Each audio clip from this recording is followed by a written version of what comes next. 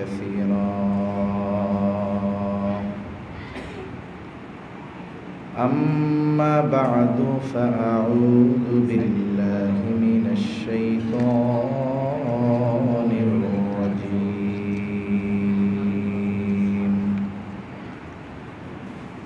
بسم الله الرحمن الرحيم.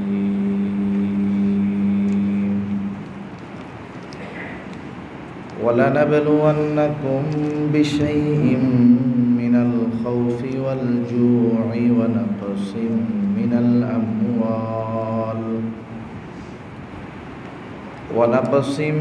من الأموال والأنفس والثمرات وبشر الصابرين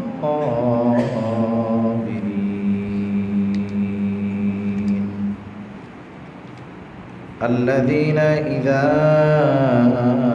أصابتهم مصيبة قالوا إنا لله وإنا إليه راجعون. وقال تعالى: ولقد كرمنا بني آدم وحملناهم في البر والبحر ورزقناهم من الطيبات وفضلناهم على كثير ممن خلقنا تفضيلا. وقال رسول الله صلى الله عليه وسلم: أشد الناس بلاء الأنبياء ثم الأمثال فالأمثال، أو كما قال النبي صلى الله عليه وسلم: صدق الله العلي العظيم وصدق رسوله النبي الكريم، ونحن على ذلك من الشاهدين والشاكرين، والحمد لله رب العالمين. سبحانك لا علم لنا إلا ما علمتنا إنك أنت العليم الحكيم. اللهم صل على محمد وعلى آل محمد كما صليت على إبراهيم وعلى آل إبراهيم إنك حميد مجيد. اللهم بارك على محمد وعلى آل محمد كما باركت على إبراهيم وعلى آل إبراهيم إنك حميد مجيد. الحمد لله। আল ইত্তেহাদ যুব সংগঠন এবং ছাত্র সমাজের উদ্যোগে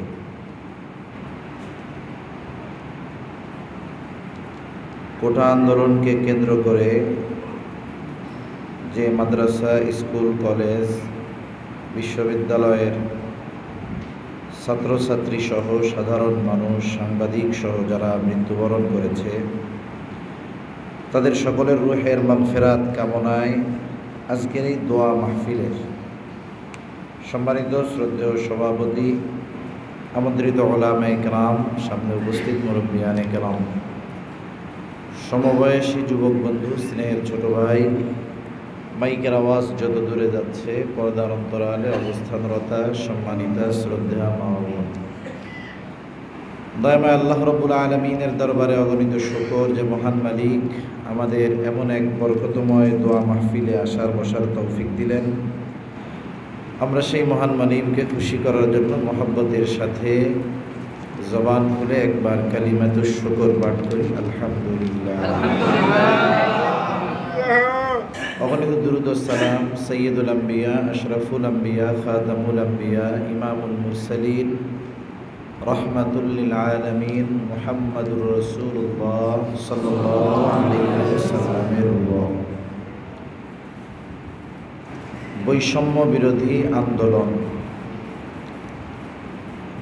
আসলে রসুল আকরাম সাল্লাল্লাহু আলাইহি ওয়াসাল্লাম বিদায় হজের দিনেই মানুষের মধ্যে যেই সমতা কিসের ভিত্তিতে নির্ধারিত হবে, রসুল সাল্লাল্লাহু আলাইহি ওয়াসাল্লাম এবং আল্লাহ তাআলা কোরআনুল কারীমের মধ্যে এর চূড়ান্ত ফয়সালা দিয়ে দিয়েছেন। সৃষ্টিগতভাবে আল্লাহ তাআলা মানুষকে সর্বোচ্চ সম্মানিত হিসাবেই সৃষ্টি করেছেন। আল্লাহ তাআলা বলেন, ওয়ালাকাদ কাররামনা বানি আদম, বানি আদমকে আমি সবচাইতে বেশি সম্মানিত করেছি।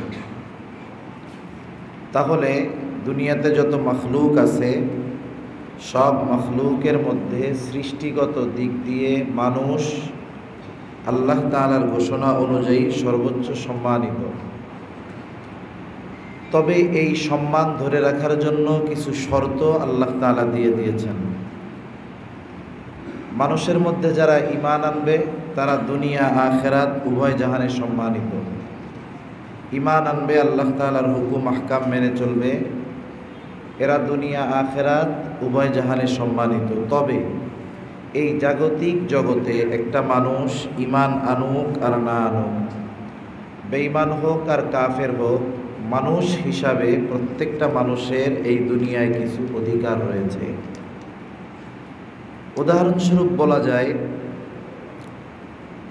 মনে করেন একজন মুসলমান ঈমানদার, ঈমানের কারণে সে দুনিয়ায়ও সফল, আখিরাতেও সফল। আর একজন ঈমান আনে নাই, সে যদিও ঈমানহীন, বেঈমান, যে কোনো ধর্মের হতে পারে। বলেন তো, এরকম কেউ যদি কোনো ঈমানদারের প্রতিবেশী হয়, ওই ঈমানদার ওই ঈমানহীন যে বা বেধর্মী যে অমুসলিম যে, তার উপরে কোনো জুলুম অত্যাচার করতে পারবে?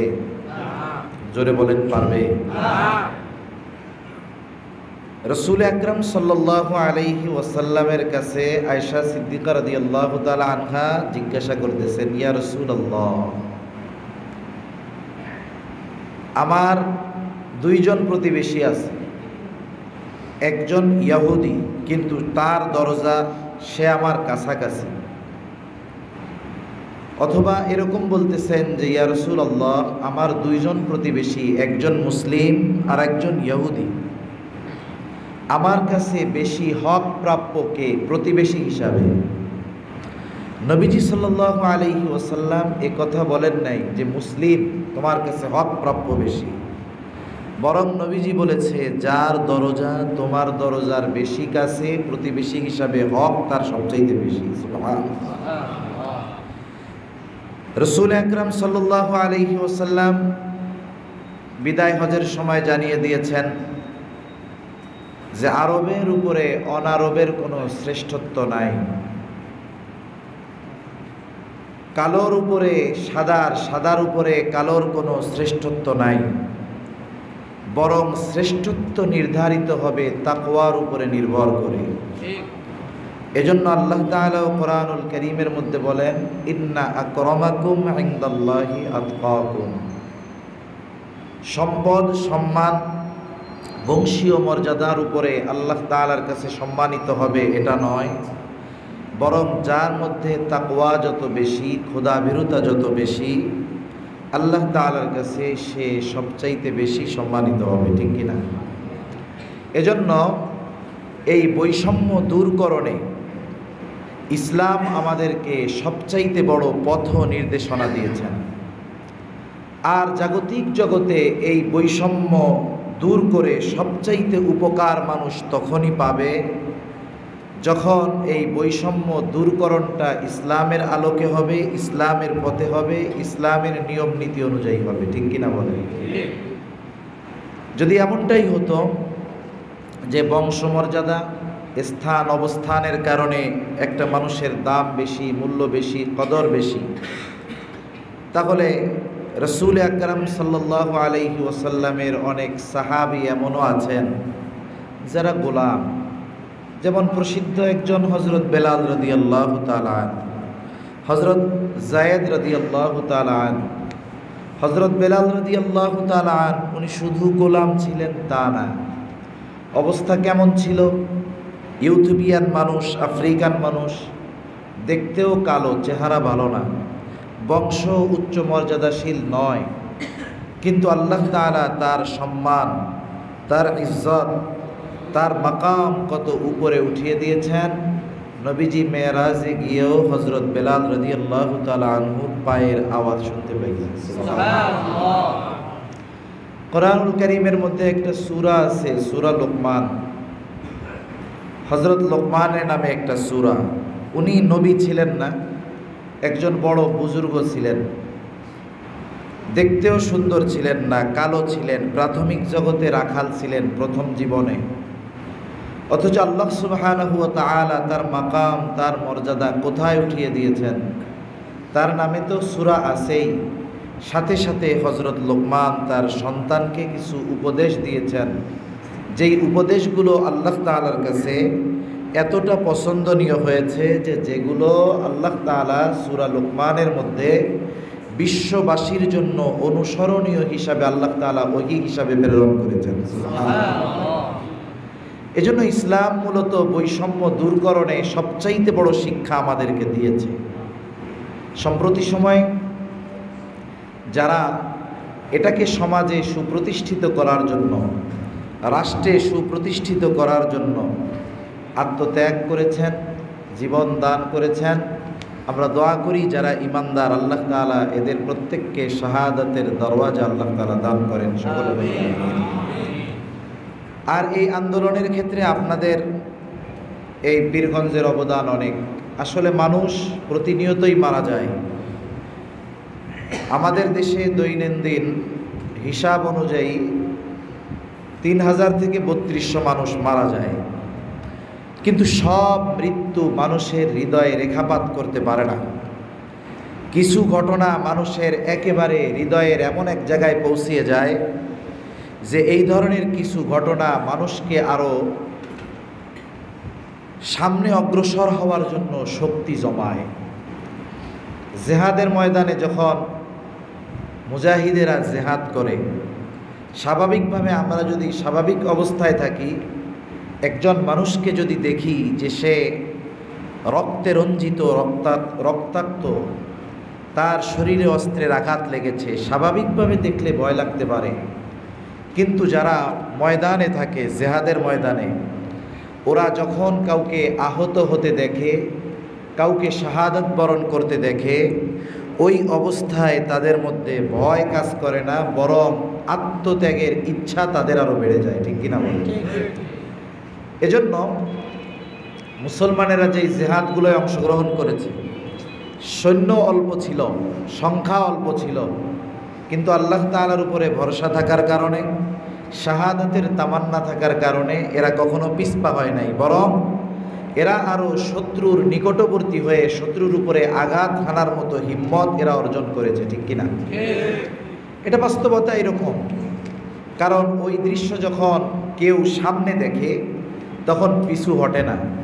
আপনাদের পীরগঞ্জের আবু সাঈদের মৃত্যু, এটা প্রত্যেকটা আন্দোলনকারী নয়, বরং যাদের মধ্যে সামান্যতম নীতি নৈতিকতা জীবিত ছিল, প্রত্যেকটা মানুষের হৃদয়ে রেখাপাত করেছে। আর যারা সরাসরি আন্দোলনে ময়দানে থাকতে পেরেছে, এদেরকে আরও সুদৃঢ় এবং এই বিপ্লবে বিজয় অর্জনের জন্য তাদের শক্তি হিসাবে আরও কাজ করেছে। শোক সবসময় মানুষকে ভেঙে দেয় না, অনেক সময় শোক শক্তিতে রূপান্তরিত হয়। শোক যদি শক্তিতে রূপান্তরিত হয়, তাহলে পৃথিবীর বড় বড় জালেম কুফরি শক্তিকে পরাজিত করা সহজ হয়ে যায়। কারণ যারা ধ্বংসস্তূপের উপরে বসে হাসতে পারে, এরা মরতে পারে, তবে এরা পরাজিত হতে পারে না। আরেকটা জিনিস আমাদের মনে রাখতে হবে, মারা গেলেই কিন্তু পরাজিত হয়ে যায় না। পরাজিত এক জিনিস, মৃত্যু আর এক জিনিস, মরে যাওয়া আর এক জিনিস। উদাহরণ দিতে গেলে কয়েকটা বিখ্যাত ঘটনা আপনাদের সামনে বললে বুঝতে সহজ হবে।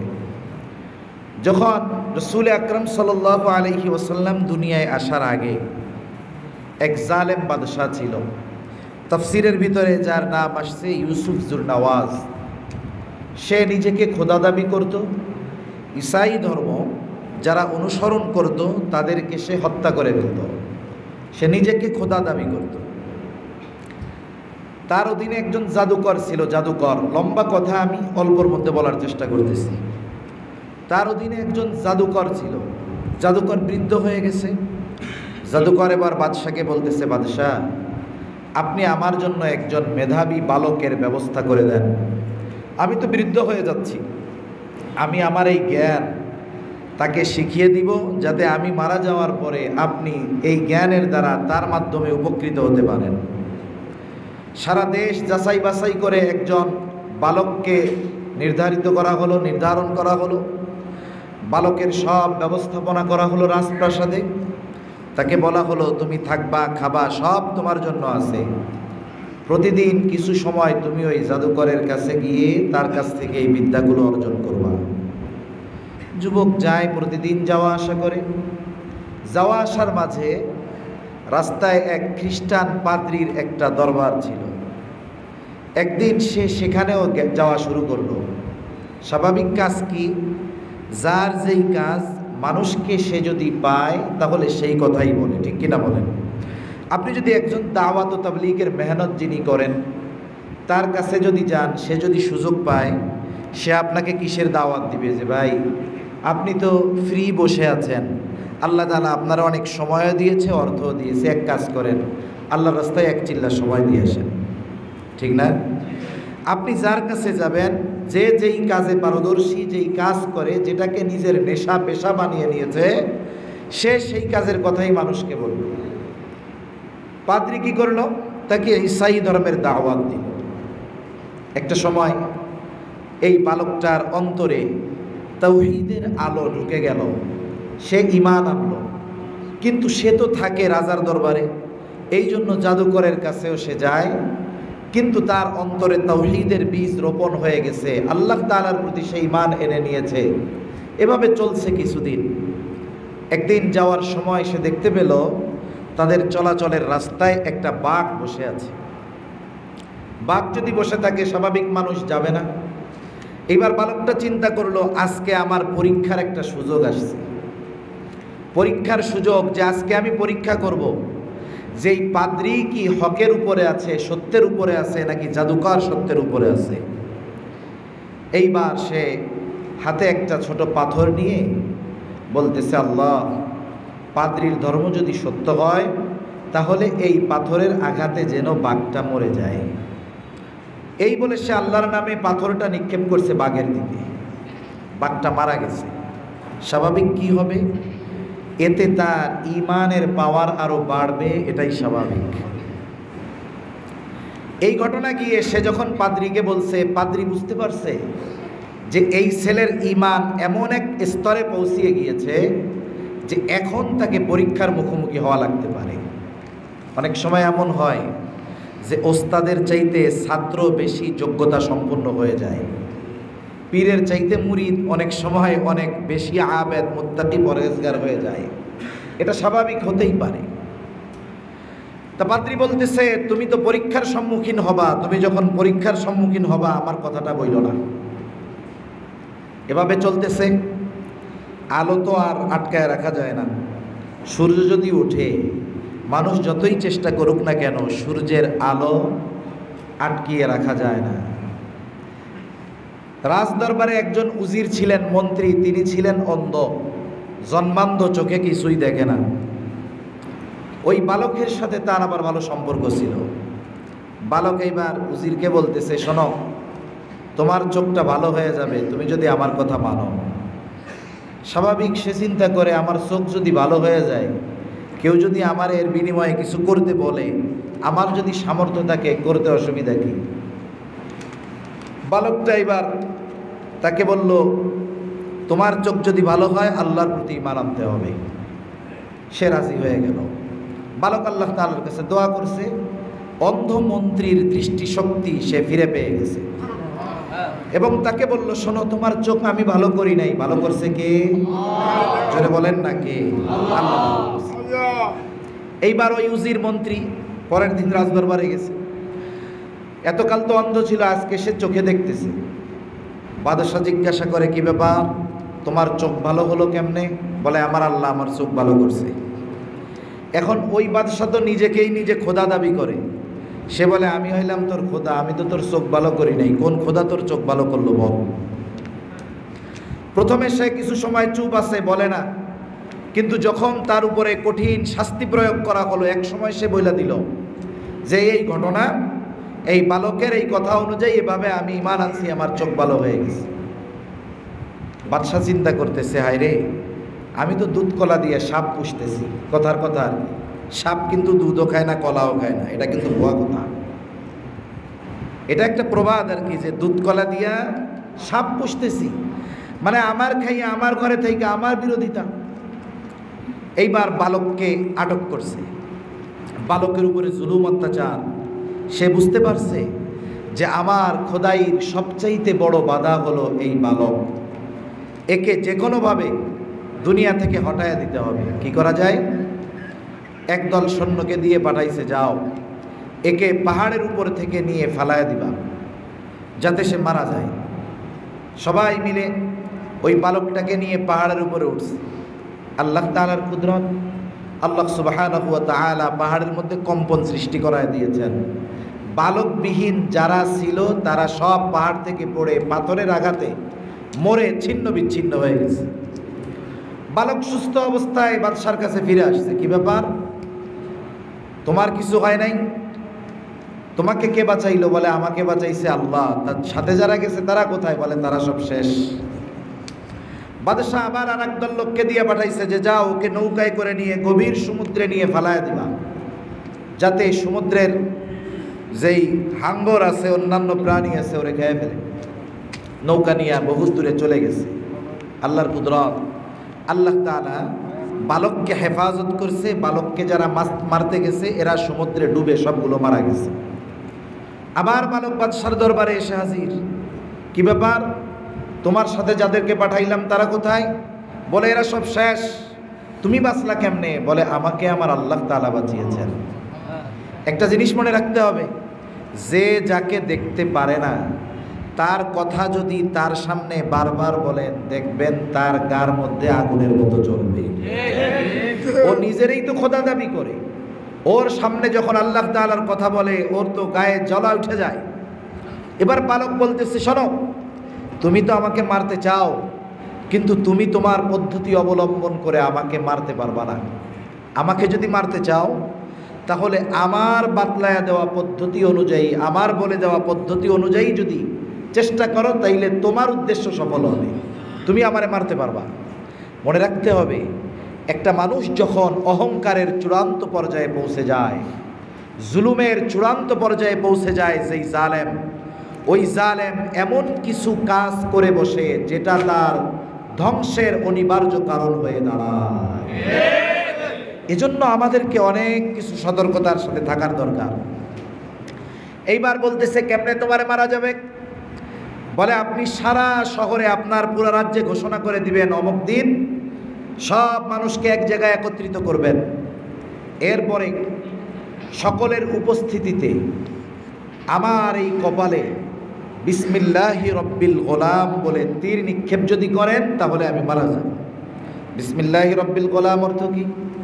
যে এই রব, এই বালকের রব আল্লাহর নামে তীর নিক্ষেপ করতেছি, এই বালকের প্রতিপালক রব আল্লাহর নামে তীর নিক্ষেপ করতেছি। এ কথা বলে তীর যদি নিক্ষেপ করেন তাহলে আমি মারা যাব। বাদশা চিন্তা করছে, আমার ওকে মারার দরকার, মারতে পারলেই আমি কামিয়াব। আসলে বলেন তো, মারলেই কি কামিয়াব হয়ে যায়? অনেক সময় মারলে চূড়ান্ত অধপতন চলে আসতে পারে। এইবার নির্দিষ্ট দিনে সব মানুষ হাজির। সারা রাজ্যে ঘোষণা করে দেওয়া হলো, একেবারে দুধের শিশু, বুড়া বুড়া যা আছে সবাই চলে আসছে। দুনিয়ার মানুষ বাঁচতে চায় আর এই বালক মরতে চায়, দুনিয়ার মানুষ বাঁচতে চায় আর এই বালকটা মরতে চায়। ব্যাপারটা কি? সবাই চলে আসছে। আসার পরে কি হইল? এইবার জল্লাদ বিসমিল্লাহি রব্বিল গোলাম বলে ওই বালকের দিকে তীর মেরে দিছে। তীর যখন মারছে, এইবার ওই বালক জমিনের উপরে পড়ে গেছে, শহীদ হয়ে গেছে। ফলাফল কি হলো? যখন এই কথা বলছে বিসমিল্লাহি রব্বিল গোলাম, এই বালকের রব আল্লাহর নামে তীর নিক্ষেপ করলাম, বালকটা মারা গেল। উপস্থিত যত মানুষ ছিল সবাই সাথে সাথে বলতেছে আমানতু বিরব্বিল গোলাম, আমিও এই গোলামের রবের উপরে ঈমান আনলাম। এখন বলেন, বালক তো মারা গেছে, কিন্তু সে কি হেরে গেছে নাকি? সে হারে নাই, সে জিতে গেছে। এই যে ফিলিস্তিনে মুসলমানদেরকে নির্বিচারে হত্যা করা হচ্ছে, এরপরেও মাঝে মধ্যে অনলাইনে ছবিতে দেখবেন চতুর্দিকে ধ্বংসস্তূপের পাহাড়, কিন্তু ওর উপরে বসে বাচ্চা মা, সন্তানকে নিয়ে মা খেলাধুলা করতেছে। দেখা যাবে একটু আগে ওই সন্তানের বাবা, ওই মহিলার স্বামী ইন্তেকাল করছে, শহীদ হয়ে গেছে। তাহলে বোঝা গেল কি, যে যারা ধ্বংসস্তূপের উপরে বসে হাসতে পারে এরা মরতে পারে, কিন্তু পরাজিত হতে পারে না। ঠিক কিনা? এর উপমা আমরা বাংলাদেশে সম্প্রতি সময়ে দেখলাম যে বুলেট তাদেরকে পিছু হটাতে পারে নাই, বরং আমরা দেখেছি জালেমরা কেমন করেছে। একজন পুলিশ বলতেছে, সাবেক স্বরাষ্ট্রমন্ত্রী যিনি ছিলেন তাকে দেখেছেন হয়তো আপনারা, যে বলতেছে স্যার গুলি একটারে করি, যেইটার লাগে ওইটাই পড়ে, আর একটাও পিছু যায় না, আর সবগুলো দাঁড়ায় থাকে, একটাও সরে না স্যার। এটাই বড় ভয়ঙ্কর বিষয়। তাহলে বোঝা গেল যে চোখের সামনে আত্মত্যাগ, আত্মদান দেখে যারা বাস্তবিক পক্ষে অধিকার আদায়ের লড়াই করে এরা পিছু হটে না, এরা চিন্তা করে ওদের বুলেট শেষ হয়ে যাবে, আমাদের বুক শেষ হবে না। ঠিক না? এই ধরনের হিম্মত ছাড়া কোনো জালেমকে পরাজিত করা অসম্ভব। এ ধরনের হিম্মত ছাড়া কোনো জালেমের অধপতন অসম্ভব। এজন্য যারা জুলুমের বিরুদ্ধে লড়াই করেছেন, জীবন উৎসর্গ করেছেন, তাদের জন্য তো আমরা দোয়া করি। সাথে সাথে যারা আহত অবস্থায় আছেন আমরা তাদের জন্য দোয়া করি যে আল্লাহ রাব্বুল আলামিন তাদেরকেও পরিপূর্ণ সুস্থতা দান করেন। আমি যে আয়াতখানা আপনাদের খেদমতে তিলাওয়াত করেছিলাম, যে আসলে এ দুনিয়াতে আমাদেরকে বিভিন্ন সময় বিভিন্ন মুসিবত, কষ্ট, অবহেলা, যন্ত্রণার মুখোমুখি হওয়া লাগতে পারে। এটা শুধু যে জাতীয়ভাবে লাগে তা নয়, এই জুলুম, অত্যাচার, কষ্ট, অনাচার, অবিচার আন্তর্জাতিকভাবেও হয়। যেমন আমাদের পার্শ্ববর্তী দেশ যেটা আছে, এই যে আজকের ঘটনা হয়তো আপনারা জানেন, গত রাত্রে ত্রিপুরার একটা বাঁধ ছেড়ে দেওয়া হয়েছে। একটা নদী আছে, ফেনী নদী, ওইটা ত্রিপুরার ওই দিক দিয়া 40 বছর ধরে ওই বাঁধ ছাড়া হয় না, কিন্তু এখন বাঁধ ভেঙে গেছে। হঠাৎ করে যখন বাঁধ ছেড়ে দেওয়া হলো, সাথে সাথে মাত্রাতিরিক্ত বৃষ্টি হওয়ার কারণে লক্ষ লক্ষ মানুষ কয়েক ঘন্টার মধ্যে একেবারে পানিবদ্ধ হয়ে গেছে। অনেকের ঘর বাড়ি সব তলায় গেছে। 20-40 বছর যাদের বন্যা হয় না, তারা তো বন্যার জন্য প্রস্তুতি নিয়ে থাকে না, নৌকা নিয়ে থাকে না। হাজার হাজার লক্ষ লক্ষ মানুষ কঠিন এক অবস্থার মধ্যে আছে। আবার দেখেন, আজকে একটু আগে খবরে দেখলাম তিস্তা যে ব্যারেজ, এটা ছেড়ে দেওয়া হয়েছে। এর মানে কি? এর মানে উত্তরবঙ্গের কিছু অংশের মানুষ প্লাবিত হয়ে যাবে। এই যে আন্তর্জাতিকভাবেও জুলুম, এটা আসতে পারে, জাতীয়ভাবে আসতে পারে, রাষ্ট্রীয়ভাবে আসতে পারে। তবে মুমিন যারা, ইমানদার যারা, এদেরকে এই বিপদে হতাশ না হয়ে আল্লাহর উপরে ভরসা রেখে এই বিপদ থেকে বাঁচার যেই চেষ্টা প্রচেষ্টা, এগুলো করতে হবে। ঠিক কিনা বলে? আমাদের দেশের নদীগুলো কি হয়, শীতের সময় একেবারে মরুভূমি হয়ে যায়। যমুনা দিয়ে আজকে আসার সময় দেখলাম 2 পাড় দেখা যায় না, কিন্তু শীতের সময় কি হয়, মনে হয় যে অল্প কিছু জায়গায় পানি আছে, তাও মনে হয় হেঁটে পার হয়ে যাওয়া যাবে। এটা কেন হয়? কারণ আল্লাহ তাআলা দুনিয়াতে কিছু নিজাম দিয়ে দিয়েছেন। যখন নদী ধারাবাহিকভাবে চলে, পানিকে বাধা দেওয়া না হয়, তখন নদীর নাব্যতা তথা গভীরতা ঠিক থাকে, পাড় ঠিক থাকে, যার কারণে পানি বেশি হলেও সেটা চলে যাওয়ার রাস্তা থাকে। যখন বালু পড়ে, পলি পড়ে, নদীর গভীরতা হারিয়ে যায়, পানি যখন একসাথে আসে, প্রথমে উপকূলীয় মানুষগুলো প্লাবিত হয়, লক্ষ লক্ষ মানুষ, কোটি কোটি কোটি কোটি টাকার সম্পদ ক্ষতিগ্রস্ত হয়। এগুলো আসলে আন্তর্জাতিক জুলুম। এটা কি বলেন? আন্তর্জাতিক জুলুম। এখন আমি তো মনে করি সময় এসেছে, একটা সময় আমরা শুধু দিয়েছি, আমরা যে তাদের এত কিছু দিয়েছি তারা জীবনে বলবে না। এটা তো আমার কথা না, এটা অতীতে যারা রাষ্ট্র পরিচালনা করেছে তারাই বলেছে যে আমরা ভারতকে এত কিছু দিয়েছি, তার বিনিময়ে কিছু চাই নাই, নেই নাই, বরং এত কিছু দিয়েছি যে তারা জীবনেও ভুলবে না। মনে রাখতে হবে, দেওয়ার ক্ষেত্রে আমি যদি চুরি কইরা আপনাদেরটা চুরি করে আর একজনকে সদকা দেই, দান করি, সওয়াব হবে না গুনাহ হবে? মনে রাখতে হবে, আপনি রাষ্ট্রের ক্ষতি করে আর একজনকে দিয়ে মসনদ পাকাপোক্ত করবেন, এটা হবে না, বরং এর দ্বারা আপনি এই 17.5 কোটি মানুষের হক নষ্ট করেছেন। ঠিক না? আরেকটা জিনিস মনে রাখতে হবে, অধিকার কেউ দিয়ে দেয় না। অধিকার কি দিয়ে দেয়? অধিকার আদায় করে নিতে হয়। সম্প্রতি সময়ের ঘটনা এর সবচাইতে বড় উপমা। অধিকার পায় নাই, অধিকার আদায় করে নিতে হয়। আর একটা প্রবাদ আছে, সম্ভবত বড় একজন মনীষী বলেছেন, আমার নামটা খেয়াল আসতেছে না, যখন কোনো ছোট আন্দোলন, অহিংস আন্দোলন, ছোট দাবি পূরণ না করা হয়, অহিংস আন্দোলনকে সহিংসতার মাধ্যমে নিপীড়ন করার প্রচেষ্টা করা হলে ওই অহিংস আন্দোলন এত বৃহৎ আকারে ছড়িয়ে পড়ে যে ওটা মানুষের, ওটা জালেমের মসনদ কাঁপিয়ে দেওয়ার ক্ষমতা রাখে। আচ্ছা বলেন তো, বড় বড় অগ্নিকাণ্ড হয়, এটা কি একসাথে ধরে নাকি ছোট একটা থেকে ধরে? ছোট একটা থেকে ধরে। যদি ওইটাকে ট্যাকেল দেওয়া যায় তাহলে বড় ক্ষতির থেকে বাঁচা যাবে। এজন্য অধিকার আদায় করে নিতে হয়। আমাদেরও সময় এসেছে, আমাদেরও আমাদের পাওনাগুলো, অধিকারগুলো বুঝে নেওয়ার দরকার। ঠিক কিনা বলেন? আন্তর্জাতিক নিয়ম কি? আন্তর্জাতিক নিয়ম হলো কেউ পানি চলাচলে বাধা প্রদান করতে পারবে না। আন্তর্জাতিক নিয়ম যে নদীগুলো আছে, নদী পথে পানির বাঁধ নির্মাণ করে এই নদী পথের পানি চলাচলকে বাধাগ্রস্ত করা যাবে না। কারণ সারা পৃথিবীর নদীর পানি গিয়ে সমুদ্রের সাথে মিলে, প্রত্যেকটা নদীর কানেকশন সর্বশেষ সমুদ্রের সাথে। এখানে পানির জোয়ার ভাটা হয়, পানি চলাচলের রাস্তা ঠিক থাকে, কিন্তু আফসোসের ব্যাপার আমাদের প্রতিবেশী দেশ আমাদের উপরে জুলুম করে কাজটা কি করলো? আজকে ফেনী, কুমিল্লা, নোয়াখালী, লক্ষ্মীপুর, আবার যেহেতু এই দিকের তিস্তার বাঁধ ছেড়ে দিয়েছে, এই উত্তর অঞ্চলের নিচু অঞ্চলের মানুষগুলোর অবস্থা কি হবে আল্লাহ জানে, আল্লাহই ভালো জানে। আমরাও তাদের জন্য দোয়া করব, আল্লাহ তাআলা যেন এই হিম্মত, এই মুসিবতে হিম্মতের সাথে, সবরের সাথে আল্লাহ তাদের থাকার তৌফিক দান করে। আর ইমানদারেরা এই ব্যাপারে প্রস্তুত থাকবে। কারণ কি? আল্লাহ তাআলা এ দুনিয়াতে ইমানদারদেরকে এই ধরনের কষ্ট মুসিবত দিয়ে পরীক্ষা নেন। এই পরীক্ষাটা যদি ইমানদারের ক্ষেত্রে আসে, একজন ভালো মানুষ, নেককার মানুষ, দিনদার মানুষ, তিনি অসুস্থ হয়ে ঘরে পড়ে আছেন, আর একজন বদকার মানুষ, পাপী মানুষ অসুস্থ হয়ে ঘরে পড়ে আছে, দুইজনের এই অসুস্থতা এক নয়। যিনি ইমানদার তার অসুস্থতা আল্লাহ তাআলা এই জন্য দেন, আল্লাহ তাআলা চান যে তিনি দুনিয়ার ত্রুটি বিচ্যুতি ক্ষমা করে আল্লাহ তাআলা তাকে নির্ভেজালভাবে আখিরাতের সফর শুরু করাবেন। আর যে জালেম, আল্লাহ তাআলা তাকে অসুস্থতা দিয়ে দুনিয়া থেকে কেন নেন? নেওয়ার কারণ হলো দুনিয়া থেকেই তার শাস্তি আল্লাহ তাআলা দেওয়া শুরু করে দেয়। এজন্য মুসিবত মুমিনের জন্য একরকম, আর যে বেঈমান তাদের জন্য আর এক রকম।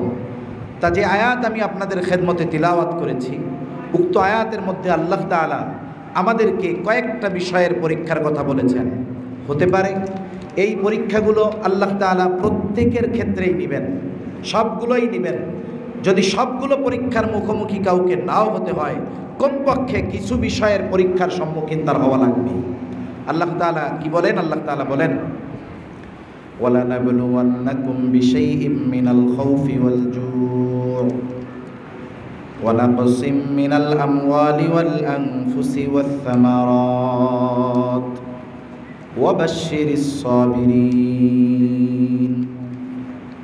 আল্লাহ রাব্বুল আলামিন বলেন, ওয়ালানাবলুওয়ান্নাকুম, আমি অবশ্যই তোমাদের পরীক্ষা নিব। পরীক্ষাগুলো কিসের মাধ্যমে নেওয়া হবে? আল্লাহ তাআলা বান্দার প্রতি বড় মেহেরবান। কারণ দুনিয়ার নিজাম হলো কোনো প্রতিষ্ঠানের যখন পরীক্ষা নেওয়া হবে, পরীক্ষার আগে পরীক্ষার নোটিশ দেওয়া হয় কি হয় না? হঠাৎ করে কোনো প্রতিষ্ঠানের প্রধান এই কথা বলে না যে আজকে সকাল থেকে তোমাদের পরীক্ষা শুরু হবে, এমনটা কোনো প্রতিষ্ঠানে বলা হয় না। বরং পরীক্ষা শুরু হওয়ার 1 মাস আগে নোটিশ বোর্ডের মধ্যে নোটিশ টানায় দেওয়া হয়, অমুক মাসের অমুক তারিখ থেকে প্রথম সাময়িক পরীক্ষা শুরু হবে। অতএব সকল শিক্ষার্থীদেরকে পরীক্ষায় ভালো ফলাফল অর্জনের জন্য যথাযথভাবে প্রস্তুতি নেওয়ার নির্দেশ দেওয়া হলো। আল্লাহ রাব্বুল আলামিন এই দুনিয়াতে ঈমানদারদের পরীক্ষা নেবেন, এটা আল্লাহ তাআলা আগেই ঘোষণা করে দিয়েছেন। কোরআনুল কারীমের মধ্যে আল্লাহ তাআলা আরেক জায়গায় বলেন, আহাসিবান নাসু আইয়ুতরাকু আইয়াকুলু আমান্না ওয়া হুম লা ইফতানুন। আল্লাহ রাব্বুল আলামিন বলেন, মানুষ কি এটা মনে করে নাকি যে তাদেরকে পরীক্ষা নেওয়া ব্যতীত ছেড়ে দেওয়া হবে, আর তারা নিজেদেরকে দাবি করবে ঈমানদার, আর পরীক্ষা নেওয়া ব্যতীত ছেড়ে দেওয়া হবে? এর মানে আল্লাহ রাব্বুল আলামিন জানায় দেন, এই দুনিয়াতে যারা নিজেদেরকে ঈমানদার বলে দাবি করবে, অবশ্যই অবশ্যই এই দাবির বিপরীতে আল্লাহ তাআলা তাদের পরীক্ষা নিবে। পরীক্ষা নিবেই আল্লাহ তাআলা।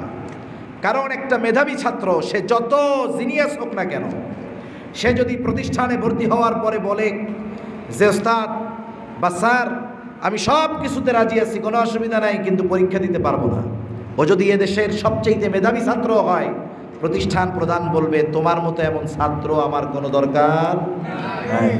সেজন্য ঈমান আনলে পরীক্ষার মুখোমুখি হওয়া লাগতে পারে। তবে এই পরীক্ষাটা কেমন হবে? পরীক্ষাটা এমন হবে না যে ক্লাস 1-এর ছাত্রকে ক্লাস 10-এর প্রশ্নপত্র দেওয়া হবে, বিষয়টা এমন নয়। বরং ঈমানদারের অবস্থা যেমন, আল্লাহ রাব্বুল আলামিন তার পরীক্ষাটাও তেমন নিবে। তার মানে এই জামানায় আমাদের জন্য যেই পরীক্ষাগুলো আল্লাহ তাআলা নিবেন, ওই পরীক্ষায় পাশ করার মতো যোগ্যতা আল্লাহ তাআলা আমাদেরকে দিয়েছেন। কিন্তু বাস্তবিক অর্থে দুঃখের বিষয় হলো আমরা প্রস্তুতি নেই না। একটা উদাহরণ দিলে বুঝতে সহজ হবে। আপনাদের এলাকা থেকে অনেক ছাত্র প্রতি বছর ম্যাট্রিক পরীক্ষা দেয় কি দেয় না? ম্যাট্রিক পরীক্ষা দেয়, দাখিল পরীক্ষা দেয়, এসএসসি পরীক্ষা, একই কথা। বলেন তো, যারা পরীক্ষা দেয় এরা সবাই কি পরীক্ষায় পাশ করে নাকি কিছু ফেলও যায়? পরীক্ষায় পাশও করে, ফেলও যায়। যারা পাশ করেছে তারাও যেই বইগুলো পড়ে পরীক্ষা দিবে, যারা ফেল করেছে তারাও সেই বইগুলো পড়ে পরীক্ষা দিবে। মনে করেন একসাথে 5 জন বা 10 জন বন্ধু একত্রে ঘুরে, এর মধ্যে 5 জন পাশ করেছে, 5 জন ফেল করেছে। যেই 5 জন ফেল করলো তাদেরকে একজন জিজ্ঞাসা করতেছে, কি ব্যাপার, তোমাদের বন্ধুরা সবাই 5 জন পাশ করলো, তোমরা 5 জন কেন ফেল করছো? এবার যদি ওরা জবাব দেয় যে চাচা পরীক্ষার প্রশ্নটা বড় কঠিন ছিল, এই জন্য আমরা ফেল করেছি, তাহলে আপনি কি জিজ্ঞাসা করবেন যে তোমার ওই বন্ধুদের জন্য কি প্রশ্নপত্র আলাদা ছিল নাকি? বলে না, প্রশ্ন তাদেরও যেইটা তোমাদেরও সেইটা। তাহলে তারা পাশ করলো, তোমরা কেন ফেল করলা? তার মানে বোঝা গেল ফেল করার জন্য পরীক্ষা প্রশ্ন কোনো বিষয় নয়, বরং ফেল করেছো তোমরা ঠিকমতো প্রস্তুতি না নেওয়ার কারণে। তাহলে এই জামানায় যদি ঈমানের পরীক্ষা আসে, এই পরীক্ষায় যদি কেউ ফেল যায়, তাহলে পরীক্ষা কঠিন বলার কোনো সুযোগ নাই, বরং ওই পরীক্ষার জন্য প্রস্তুতি আমরা নিজেরা গ্রহণ করি নাই, এ ব্যর্থতা আমাদের, ঠিক কিনা? আল্লাহ তাআলা তো ঘোষণা করে দিয়েছে পরীক্ষা নেওয়া হবে। এজন্য নবীজি বলেন, আসাদ্দুন নাসি বালা আল আম্বিয়া সুম্মাল আমসালু ফাল আমসাল। সবচাইতে কঠিন পরীক্ষা হয় পয়গম্বর আলাইহিস সালামের, এরপরে স্তর যত নামে পরীক্ষার কঠোরতা তত কমে। সাহাবায়ে কেরামকে যেই পরীক্ষা করা হয় সেটা তাবেঈনদেরকে করা হয় না। নবীদেরকে যেই পরীক্ষার মধ্যে ফেলা হয়েছে, এটা যদি সাহাবায়ে কেরামকে ফেলানো হয় পারবে না, ফেল হয়ে যাবে। সাহাবায়ে কেরাম যেই পরীক্ষার সম্মুখীন হয়েছে, এটা যদি তাবেঈনদেরকে করা হয় তারা ফেল যাবে। তাবেঈনদের পরীক্ষা যদি তাবেঈনদের নেওয়া হয় ফেল যাবে। কারণ ক্লাস 4-এর ছাত্র যত বড় মেধাবী হোক না কেন, তাকে যদি ক্লাস 5-এর প্রশ্ন দিয়ে পরীক্ষা নেওয়া হয়, এটাই সম্ভব, যে ফেল যাবে এটা স্বাভাবিক। এজন্য এই জামানায় আমাদের ঈমানের অবস্থা যেমন, পরীক্ষার বিষয়গুলো তেমন হবে। যেমন অঙ্ক পরীক্ষা একেবারে 1 থেকে নিয়ে 10 পর্যন্ত আছে। পরীক্ষার নাম অঙ্ক। পরীক্ষার নাম কি বলেন তো? ক্লাস 1-এর অঙ্ক আর ক্লাস 10-এর অঙ্ক সেম নাকি? যদিও নাম অঙ্ক, কিন্তু অঙ্ক সেম না। ক্লাস 1-এর অঙ্ক আর 10-এর অঙ্কের মধ্যে আকাশ জমিন তফাৎ আছে, ঠিক কিনা? এজন্য পরীক্ষা আমাদেরও হবে, কিন্তু পরীক্ষাগুলোর কঠোরতা আমাদের ক্লাস অনুযায়ী হবে। এখন এই পরীক্ষার প্রস্তুতি যদি আমরা না নেই, আমরা যদি পরীক্ষায় ফেল যাই, এজন্য পরীক্ষককে দোষ দেওয়ার কোনো সুযোগ। এখন আল্লাহ তাআলা পরীক্ষা নেবেন কোন কোন মাধ্যমে? আল্লাহ তাআলা বলেন, ওয়ালানাবলুওয়ান্নাকুম বিশাইইম মিনাল খাউফি ওয়াল জু'i ওয়া নাকসিম মিনাল আমওয়াল ওয়াল আনফুসি ওয়াস সামারাত ওয়া বাশশিরিস সাবিরিন। আল্লাহ তাআলা বলেন, আমি অবশ্যই তোমাদের পরীক্ষা নিব। 1 নম্বর পরীক্ষা বিশাইইম মিনাল খাউফ, ভয় ভীতির মাধ্যমে তোমাদের ঈমানের পরীক্ষা নেওয়া হবে। এই দুনিয়াতে কেউ যদি ঈমানের উপরে চলতে চায়, হকের উপরে থাকতে চায়, নিঃসন্দেহে তাদেরকে বিভিন্ন সময় বালা মুসিবত, ভয় ভীতির সম্মুখীন হওয়া লাগে। এ দুনিয়াতে লাগে, এ বাংলাদেশেও লাগছে। মসজিদের মধ্যে আমরা ঢাকায় থাকি, কত খতিব হকের কথা বলতে পারে নাই, সত্য কথা বলতে গিয়ে আমাদের বারবার জবান থেমে গেছে। ওই দিক দিয়ে তাকায় থাকে বড় নজরে, দেখে এমন কিছু বলে কিনা যেটা তাদের বিরুদ্ধে চলে যায় কিনা। কথা বলতে ভয়, কাজকর্ম করতে ভয়, দিনের উপরে চলতে ভয়। যুবক মানুষ স্কুল কলেজে পড়ে, আল্লাহর নবীর মোহাব্বতে দাড়ি রাখছে, টাকনোর উপরে পায়জামা প্যান্ট পরে, সুন্নতি জামা গায়ে দেয়, মাথায় টুপি পরে, কলেজের ছাত্র বানায় দিছে জঙ্গি। রাখতে গেলে ভয় ছিল কি ছিল না? এই যে দিনের উপরে চলতে গেলে ভয় আসবে, স্বাভাবিক বিষয়। তবে কেউ যদি দিনের উপরে চলতে গিয়ে এই ভয় ভীতিকে জয় করার মতো শক্তি অর্জন করতে পারে, তাহলে তারা তো কামিয়াব। কারণ তাদের কাছে ঈমানের দাম বেশি, আল্লাহর মোহাব্বতের দাম বেশি। এই জন্য এই মানুষগুলো জীবন উৎসর্গ করে দেয় ঠিক, কিন্তু কখনো জালেমের ভয়ে ভীতু হয়ে পিছু হটে যায় না। এটা দুনিয়ার এক নিজাম। যে কোনো বিষয়ে বলেন, জালেমের কাজ হলো মানুষকে ভয় ভীতির মাধ্যমে দমিয়ে রাখা। বিড়াল আর কুকুরের লড়াই দেখছেন কোনো সময়? বিড়াল কুকুরের লড়াই দেখেন নাই? মনে করেন কুকুর দাওয়াইতে দাওয়াইতে বিড়ালকে একেবারে দেওয়ালের সাথে ঠেকায় ফেলে। এরপরে একটা সময় কিন্তু বিড়াল সর্বশেষ যখন দেখে যে আইরে এখন তো আর পেছনে যাওয়ার কোনো উপায় নেই, এখন তো পেছনে যাওয়ার উপায় নেই, আমার উপরে আক্রমণ করে বসতে পারে, তখন অনেক সময় বিড়াল এমন এক ভাব নেয়, থাবা দেয় বা আওয়াজ করে, যেই আওয়াজে কুকুর পর্যন্ত ভয়ে পেছনের দিকে চলে যায়। এটা বাস্তব উদাহরণ। এজন্য জালেমের কাজ হলো ভয় দিতে দিতে দিতে দিতে মানুষকে পিছু হটানো। কিন্তু মানুষ যখন বুঝে যে না, এখন তো দেওয়ালে পিঠ ঠেকে গেছে, আর পিছে যাওয়ার উপায় নাই, এবার হয়তো জিততে হবে নয়তো মরতে হবে, এখন বলেন যে মৃত্যুর জন্য প্রতিজ্ঞা করে নেয় সে কখনো পিছু হটে না, ঠিক কিনা? যে মৃত্যুর জন্য প্রস্তুতি নিয়ে নেয় যে আমরা মরব, পিছু হটবো না, তারা কখনো পরাজিত হয় না। কারণ জালেম মৃত্যুকে ভয় পায়, কিন্তু যে মাজলুম সে যখন সবচেয়ে দেয়ালে পিঠ থেকে যায় তখন সে আর মৃত্যুকে ভয় পায় না। সে চিন্তা করে এখন যা করতে পারবো তাতেই আমার লাভ। হাজারো উপমা উদাহরণ আপনাদের খেদমতে দেওয়া যাবে। আব্দুল্লাহ ইবনে হুযাফা রাদিয়াল্লাহু তাআলা আনহু তৎকালীন সময়ের সবচাইতে বড় প্রভাবশালী সুপ্রিম পাওয়ারের অধিকারী ছিল। দুইটা দেশ, একটা হলো রোম আর একটা হলো পারস্য। রোমের সাথে মুসলমানদের সরাসরি যুদ্ধ নবীজির সময়কালীন হয় নাই। যুদ্ধ হওয়ার কথা ছিল তাবুকের যুদ্ধ, কিন্তু আল্লাহ তাআলা মুসলমানদেরকে এই যুদ্ধে শত্রুর মুখোমুখি হওয়ার আগেই রোম সৈন্যদের অন্তরে আল্লাহর নবীর ভয় আল্লাহ তাআলা সৃষ্টি করে দিয়েছিলেন। রোম সৈন্যরা চলে গেছে, মুসলমানেরা বিনা যুদ্ধে জয়লাভ করছে, কিন্তু সামনাসামনি সর্বপ্রথম তাদের মধ্যে লড়াই সংগঠিত হয়েছে খলিফাতুল মুসলিমিন হযরত ওমর রাদিয়াল্লাহু তাআলা আনহুর সময়। প্রত্যেকটা সেনাবাহিনী যখন অপর সেনাবাহিনীর মুখোমুখি হবে, গোয়েন্দাদের মাধ্যমে বিপরীত সেনাবাহিনীর সব তথ্য তারা সংগ্রহ করে। রোম সম্রাট শুনছে যে মুসলমানেরা এরা সংখ্যায় অল্প হলেও বড় বড় শক্তির বিরুদ্ধে তারা বিজয় অর্জন করে, তাদের কি এমন পাওয়ার আছে সেটা জানার দরকার। গোয়েন্দাদেরকে পাঠায় দিছে, যাও খোঁজ খবর নিয়ে আসো কী অবস্থা। গোয়েন্দারা এসে বলতেছে মুসলমানরা সংখ্যায়ও আমাদের চাইতে বেশি না, সমরস্ত্রেও আমাদের চাইতে বেশি না, এরপরেও তাদের বিজয় অর্জন হওয়ার কারণ হলো যে তারা ময়দানে যায় মৃত্যুবরণ করার জন্য, শাহাদাতের জন্য। তারা মৃত্যুর প্রস্তুতি নিয়ে আসে, মৃত্যুকে তারা ভয় পায় না। এইবার বাদশাহ বলতেছে মৃত্যুকে ভয় না পাওয়ার কারণটা কি? বলে তারা ইমানদার, ইমানের পাওয়ার তাদের এমন যে যুদ্ধের ময়দানে তারা নিজেদের জীবন উৎসর্গ করাকে সৌভাগ্যের বিষয় মনে করে। এখন যে মরতে গেছে সে তো পিছু হটবে না, এটা তো স্বাভাবিক বিষয়। বাদশাহ একটু অবাক হইলেন যে মানুষ বাঁচতে চায় আর এরা মরতে চায়। সেনা প্রধানকে বলছে, সেনাপতি তোমার উপরে নির্দেশ হলো যুদ্ধের ফলাফল যা হয় হোক, তুমি কিছু জীবন্ত মুসলিম সৈন্য আমার কাছে ধরে আনবা, আমি একটু এদের ঈমানের পরীক্ষা নিতে চাই। বাদশার আদেশ।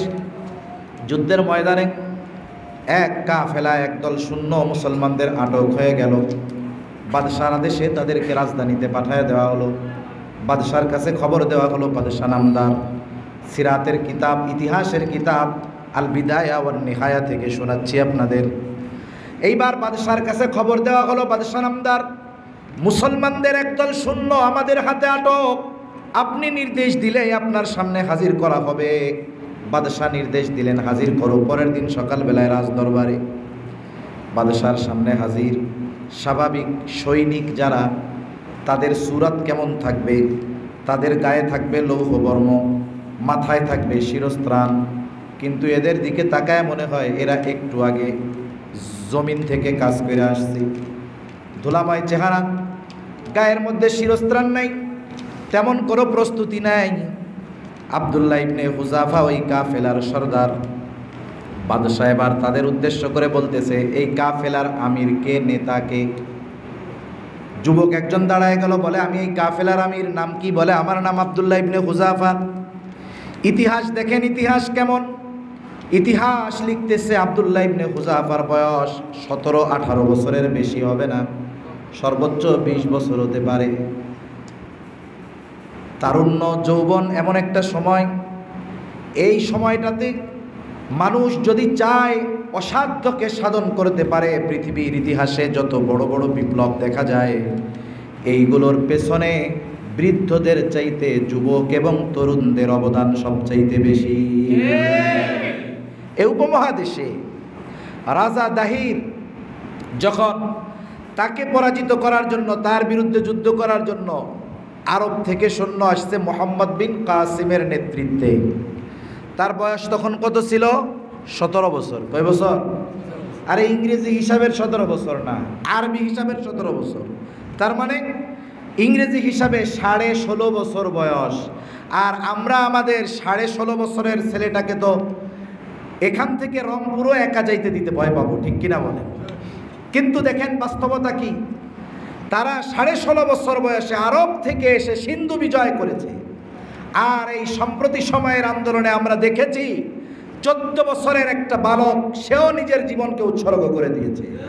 এবং যারা আত্মত্যাগ করেছে অধিকাংশই কিশোর আর যুবক, ছাত্র। তাহলে বোঝা গেল, যদি যুবকেরা এই রকম আন্দোলন ইসলামের জন্য করে, ইসলামও গোটা দুনিয়ায় আবারও বিজয়ী হবে ইনশাআল্লাহ। মনে রাখতে হবে যে দেখেন, রাষ্ট্রীয় জুলুম, নির্যাতন, বৈষম্য থেকে বাঁচার জন্য যুবকেরা আন্দোলন করেছে। এটা নিশ্চয়ই জালেমের বিরুদ্ধে মাজলুমের সংগ্রাম। মনে রাখতে হবে, ইমানদার যারা, এরা হুকুমি শহীদ, এদেরকে শাহাদাতের মর্যাদা ইনশাআল্লাহ আল্লাহ তাআলা দিবে। কিন্তু আফসোস কি লাগে জানেন? এদেশের কিছু মানুষ মাইকের মধ্যে সম্প্রতি সময়ে বলতেছে, এই আবু সাইদকে নিয়েও এক হুজুর বলছে যে মারা গেছে একটা ছেলে সাইদ, সে নাকি আবার শহীদ হয়েছে। একটা বলার একটা ব্যালেন্স আছে, সে তিরস্কার করে কেমন যেন বলতেছে। বুঝতে হবে এখানে অধিকার আদায়ের লড়াই হয়েছে। এই দেশের মানুষ কোনো না কোনোভাবে, কেউ না কেউ কোনো না কোনোভাবে জুলুমের শিকার ছিল, ঠিক কিনা বলেন? তাহলে এখানে জালেমের বিরুদ্ধে মাজলুমের লড়াই, এখানে একজন অধিকার আদায় করতে গিয়ে জীবন দিল, আর তাদের ব্যাপারে এরকম তিরস্কার করে কথা বলা, ভেঙচিয়ে কথা বলা, এটা বড় গর্হিত এবং নিন্দনীয় কাজ, ঠিক কিনা? আমরা তো দোয়া করি যে আল্লাহ তাআলা তাদেরকে শাহাদাতের মর্যাদা দিবেন ইনশাআল্লাহ। আব্দুল্লাহ ইবনে খুজাফা দাঁড়ায় গেছে, 16-17 বছরের যুবক। স্বাভাবিক যুবকদের ব্যাপারেই বেশি টার্গেট থাকে ইসলাম বিদ্বেষীদের। পৃথিবীর ইতিহাসে বর্তমান জামানায় যত ধরনের ষড়যন্ত্র চক্রান্ত আছে, সব কিছু তরুণ তরুণী, কিশোর কিশোরী, যুবক যুবতীদেরকে ঘিরেই চলে। কারণ একটা জেনারেশনকে যদি নষ্ট করে দেওয়া যায়, যুবকদেরকে যদি ধ্বংস করে দেওয়া যায়, তাহলে নেতৃত্বের গুণাবলী তারা হারিয়ে ফেলবে। আগামীতে নেতৃত্বের গুণাবলী তারা অর্জন করতে পারবে না। আর যদি যুবতীদেরকে নষ্ট করে দেওয়া যায়, তাহলে তাদের গর্ভ থেকে আর মোহাম্মদ বিন কাসিমের মতো সন্তান জন্ম নিবে না। এজন্য আমরা তো কি চাই জানেন? আমাদের দেশে আমরা চাই যে আমি আজকে নারকেল গাছ লাগাবো, 10-12 দিন পরে নারকেল খাইতে পারলে আমার খুব ভালো হয়। আমাদের পরিকল্পনা এটা থাকে স্বল্পমেয়াদী, কিন্তু ইসলাম বিদ্বেষী যারা, এরা এদের পরিকল্পনা করে দীর্ঘমেয়াদী।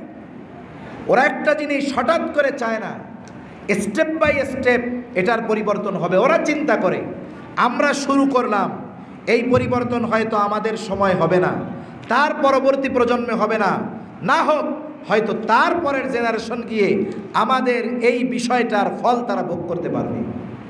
এজন্য ইসলাম বিদ্বেষীদের যেই ষড়যন্ত্র, এটা সহজে চোখে পড়ে না। আপনি যদি ঘড়ির কাঁটার মিনিটের দিকে তাকায় থাকেন, আপনি এটারে ঘুরতে দেখবেন না। আমি পরীক্ষা করছি, ঘড়ির কাঁটার মিনিটের কাঁটার দিকে তাকাবেন, ঘন্টার কাঁটার দিকে তাকাবেন, আপনি একটু নড়তে দেখবেন না। দেখেন তাকায়, ও ঠিক নড়বে, কিন্তু আমি ওইটাকে ক্যাচ করতে পারবো না। কিন্তু আমি দেখতেছি জায়গায় দাঁড়ায় আছে, কিন্তু এটা তো ঘুরে এক সময় ঘন্টা পার হয়ে যাবে, ঠিক কিনা বলেন? মিনিটের কাঁটাটা ঘন্টায় একবার ঘুরে যাবে, ঘন্টার কাঁটাটা যদি কাঁটা ঘড়ি হয় একদিনে 2 বার ঘুরবে। তার মানে সে ঘুরতেছে, কিন্তু গতি এত স্লোত, এত ধীরে যে তার চলাটা দেখা যাচ্ছে না, কিন্তু সে চলতেছে। ইসলাম বিদ্বেষীরা ইসলাম বিধ্বংসী ষড়যন্ত্র এই গতিতে করে। ওদের টার্গেট আমাদের না, ওদের টার্গেট পরবর্তী জেনারেশন অথবা তার পরবর্তী জেনারেশন, যে এই সময় গিয়ে তাদের ষড়যন্ত্রের ফল তারা ভোগ করবে।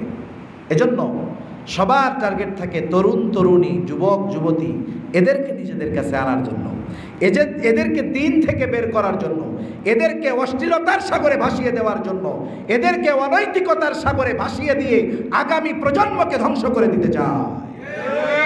এখন বলেন তো, একটা রাষ্ট্রের মানুষ 17 কোটি মানুষ যদি হয়, 100 কোটিও যদি হয়, এই মানুষগুলো যদি নৈতিকতা শূন্য হয়, এই মানুষগুলো যদি চরিত্রহীন হয়, এই মানুষগুলো যদি দুর্নীতিগ্রস্ত হয়, এই মানুষগুলো যদি অশ্লীলতার সাগরে ভেসে বেড়ায়, এই রকম 1 কোটি নয় 1000 কোটি মানুষও যদি থাকে, ওরা ওদের নিজেদের ভাগ্য পরিবর্তন করতে পারবে।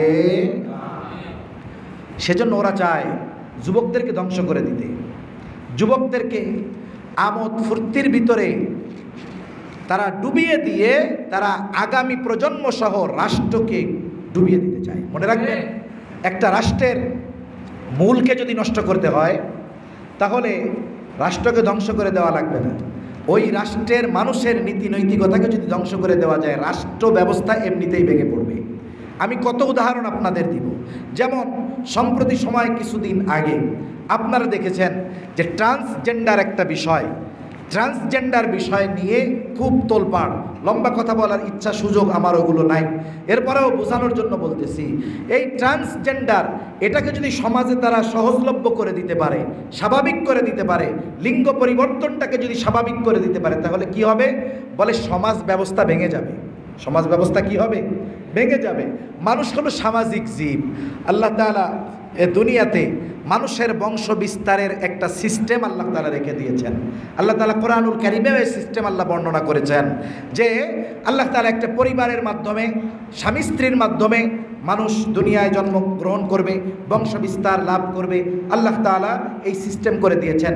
যদি সমাজে এই ব্যবস্থাটা করে দেওয়া যায় যে একটা মানুষ জন্মগ্রহণ করার পরে সে যা হয় হোক, ছেলে হোক মেয়ে হোক, ওইটা কথা না, সে বড় হইয়া যদি ছেলে যদি মনে করে আমি মেয়ে, তাহলে সে মেয়ে, মেয়ে যদি মনে করে আমি ছেলে, তাহলে সে ছেলে। তাহলে এই ব্যবস্থা যদি সমাজে প্রতিষ্ঠিত করে দেওয়া যায়, তাহলে সামাজিক অবকাঠামো ভেঙে যাবে। সামাজিক অবকাঠামো কি হবে? ভেঙে যাবে। সমাজ বসবাসের অনুপযুক্ত হয়ে যাবে। আস্তে আস্তে করে গোটা দেহে ছড়ায় যাবে। যেমন কিছু রোগ আছে, যেমন ক্যান্সার। ক্যান্সার একটা ব্যাধি, এটা হঠাৎ করেই গোটা দেহে ছড়িয়ে যায় না। ছোট্ট একটা ঘা হয়েছে, এই ঘাটা আপনি গুরুত্ব দেই নাই, কিন্তু দেখা গেছে 2, 4, 6 মাস যায়, এটা সারে না। এখন ডাক্তারের কাছে গেলাম, ডাক্তার বলতেছে এটা তো আপনার ক্যান্সারের আলামত ছিল, আপনি 6 মাস আগে কেন এটা নিয়ে ট্রিটমেন্ট করার নাই? এখন তো আপনার ক্যান্সার গোটা হাতে ছড়ায় গেছে। এখন বলেন তো, ছিল ক্ষুদ্র একটা বিষয়, এটাকে নির্মূল না করার কারণে এটা গোটা দেহে ছড়ায় গেল এবং এক সময় এটা মানুষের মৃত্যুর কারণ হয়ে গেল। ঠিক কিনা বলেন? যাই হোক, আলোচনা অন্যদিকে চলে যাচ্ছে। সবাই চায় যুবকদেরকে নিজেদের দিকে আকৃষ্ট করে, তাদেরকে ব্যবহার করে দুনিয়ার নিজাম পাল্টে দেওয়ার জন্য। এই জন্য যুবকেরা যদি ইসলামের পথে আসে, ইসলামের বিজয় হবে। যুবকেরা যদি ইসলাম ছেড়ে অশ্লীলতার পথে যায়, তাহলে যুগ ধ্বংস হবে, রাষ্ট্র ধ্বংস হবে, মানব সভ্যতা ধ্বংস হয়ে যাবে। স্বাভাবিক যুবকদের কিছু যৌবনকালের চাহিদা থাকে। আব্দুল্লাহ ইবনে হুযাফাকে বাদশাহ এবার ডাক দিয়ে বলে, আব্দুল্লাহ তুমি আমার কাছে আসো, আমার পাশে এসে বসো। সবাই তো চিন্তা করে কি ব্যাপার, আমরা তো চিন্তা করেছিলাম বাদশাহ নির্দেশ দিবে যে যাও এদের সবাইকে শুলিতে চড়াও, হত্যা করে ফেলো। কিন্তু বাদশাহ দেখি তার শত্রুকে তার পাশে নিয়ে বসায়, কারণটা কি? সবার নজরে এবার এইদিকে। বাদশাহ আব্দুল্লাহ ইবনে হুযাফাকে বলে, আব্দুল্লাহ তোমাকে দেখার পরে তোমার প্রতি আমার একটা মহব্বত, ভালোবাসা জাগ্রত হয়ে গেছে। আব্দুল্লাহ আমি চাই তোমার সাথে আমার একটা মহব্বতের সম্পর্ক তৈরি হয়ে যাক। কিন্তু সমস্যা আব্দুল্লাহ, আমি হইলাম খ্রিস্টান, তুমি হলে মুসলিম। আমি চাই তুমি যদি ইসলাম ধর্ম ত্যাগ করে খ্রিস্ট ধর্ম গ্রহণ করো, তাহলে আমি তোমাকে ভালোবাসবো। শুধু ভালোবাসবো তা নয় আব্দুল্লাহ, আমি তোমাকে মুক্ত করে দিব। শুধু মুক্ত করে দিব তা না, তুমি তো তখন খ্রিস্টান হয়ে তোমার এলাকায় যাইতে পারবা না, চিন্তার কোনো কারণ নাই। আমার ঘরে সুন্দরী ষোড়শী যুবতী একটা কন্যা আছে, তার সাথে আমি তোমাকে বিবাহ দিয়ে দিব। আমার সাম্রাজ্যের অর্ধেক আমি তোমার নামে লেখা দিব। আমার মৃত্যুর পরে গোটা রোম সাম্রাজ্যের একচ্ছত্র অধিপতি তুমি হয়ে যাবা। আব্দুল্লাহ আমার প্রস্তাবে যদি তুমি রাজি হয়ে যাও। আব্দুল্লাহ ইবনে হুযাফার কাছে বাদশাহ দুনিয়ার প্রস্তাব দিচ্ছে ঈমানের বদৌলতে। সে ঈমান চায়, বিনিময়ে তাকে দুনিয়া দিবে।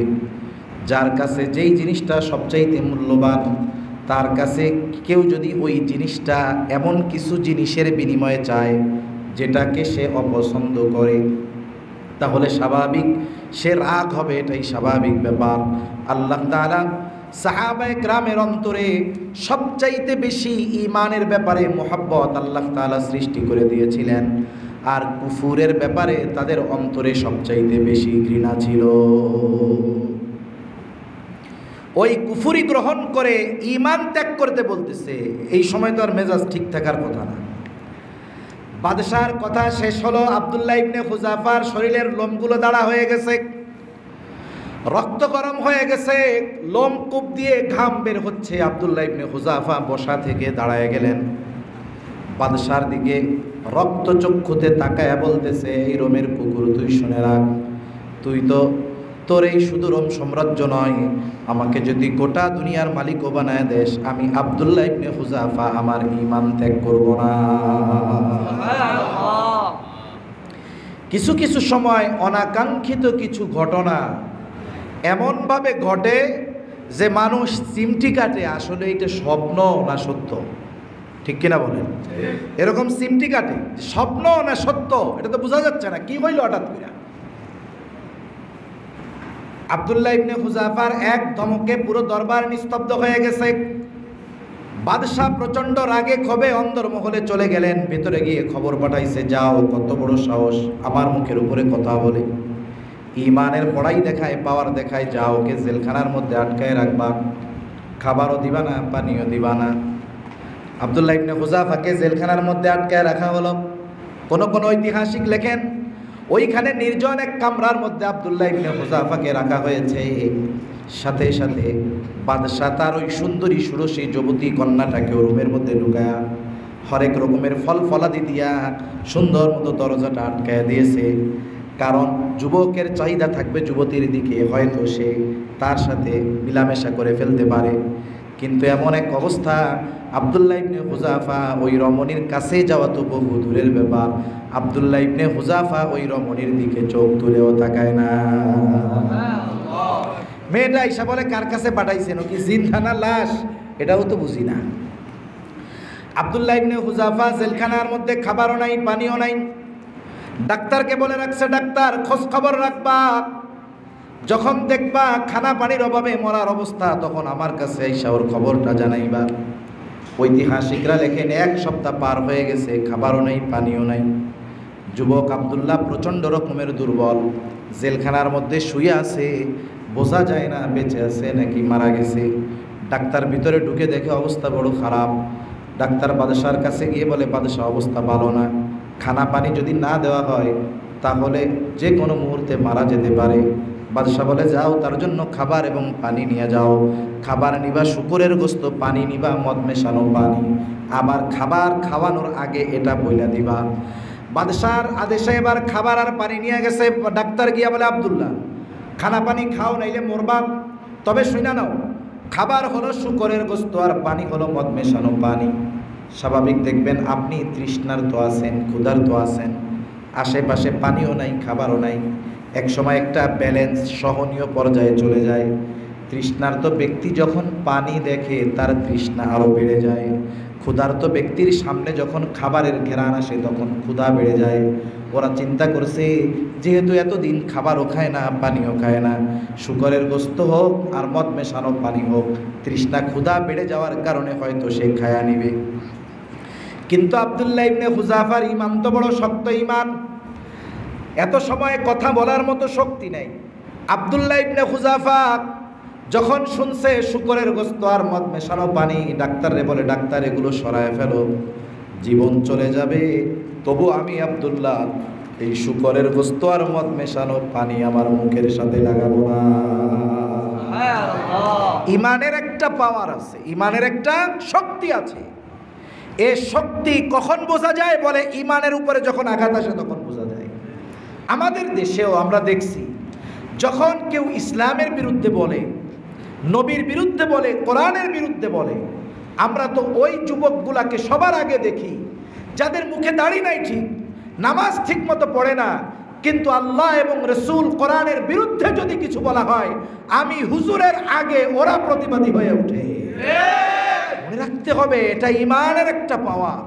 হয়তো আমলে কমতি আছে, কিন্তু ঈমানের পাওয়ার ওই রকম। 80 বছরের বৃদ্ধ তখন টকবকে যুবকের মতো হয়ে যায়। আব্দুল্লাহ ইবনে হুযাফার কথা শুনে বাদশার কাছে ডাক্তার চলে গেছে, বলে, বাদশাহ জীবন যাবে তবুও সে খাবার খাবে না।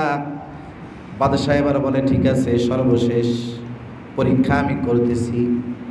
বাদশাহ আদেশ দিলেন, বড় ডেকসির মধ্যে তেল গরম করো। তেল গরম হয়ে গেল, দুইজনকে আদেশ করলো, আব্দুল্লাহ ইবনে হুযাফাকে নিয়ে আসো। আব্দুল্লাহ ইবনে হুযাফা এত দুর্বল, দুইজনের কাঁধে ভর করে বাদশার সামনে হাজির। ফুটন্ত তেল টকবক করতেছে। আব্দুল্লাহ ইবনে হুযাফাকে বাদশাহ বলতেছে, আব্দুল্লাহ এখনো সময় আছে, আমার কথা মাইনা নাও, তাহলে আমি তোমার ব্যাপারে যেই প্রতিশ্রুতি দিয়েছিলাম সেগুলো আমি তোমাকে দিব, আর যদি কথা না মানো তাহলে ফুটন্ত তেলের মধ্যে তোমাকে ফালায়া দেওয়া হবে। আমি আগে বলছিলাম ইমানদার সে যখন কোনো আঘাতের মুখোমুখি হয়, তার কাছে যত মৃত্যু তার সন্নিকটে হয়, যুদ্ধের ময়দানে তার ইমানই তত পাওয়ার আরও বাড়তে থাকে। আব্দুল্লাহ ইবনে হুযাফা কিন্তু ভীত সন্ত্রস্ত হয় নাই, বরং তখনও আব্দুল্লাহ ইবনে হুযাফা বলতেছে, বাদশাহ আমি জীবন দিতে প্রস্তুত, তবু আমি ঈমান দিব না। বাদশাহ আদেশ করেছে, যাও জেলখানা থেকে একটা মুসলমান কয়েদি ধরে আনো। একজন মুসলিম কয়েদি ধরে আনা হলো। বাদশাহ আদেশ করলো, ওকে তেলের মধ্যে ফালায়া দাও। বাদশাহর আদেশে যখন তাকে ফুটন্ত তেলের মধ্যে ফালায়া দেওয়া হলো, মুহূর্তের ভিতরে ভাজা ভাজা হয়ে গেছে, হাড্ডি থেকে মাংসগুলো আলাদা হয়ে গেছে। বাদশাহ চিন্তা করতেছে, ভয় করলে মনে হয় তারা পিছু হটে যাবে। জালেমরাও মনে করেছিল তরুণ যুবক এদেরকে গুলি করলে পিছু হটে যাবে, কিন্তু এমনটা হয় নাই। আব্দুল্লাহ ইবনে হুযাফা এই দৃশ্য দেখার পরে তার মধ্যে ভয় কাজ করে নাই, বরং তার ইমানই পাওয়ার আরও বেড়েছে। তার একই জবাব, বাদশাহ জীবন দিব, তবু আমি ঈমান দিব না। বাদশাহ এবার ইশারা দিল, যাও তাকে তুমি ফালায়া দাও তেলের মধ্যে। দুইজন ধরে ধরে নিয়ে যায়। এতক্ষণ আব্দুল্লাহ ইবনে হুযাফা স্বাভাবিক, এখন তার দুই চোখ দিয়ে পানি পড়তেছে। বাদশাহ মনে করতেছে মনে হয় মরার ভয়ে কান্না করতেছে। ডাক দিয়ে বলে, আব্দুল্লাহ কান্না করো কেন? তোমার কি মৃত্যুর হয় ভয় হয়? পরিবার পরিজনের জন্য মায়া হয়? সুযোগ আছে, কথা মাইনা নাও।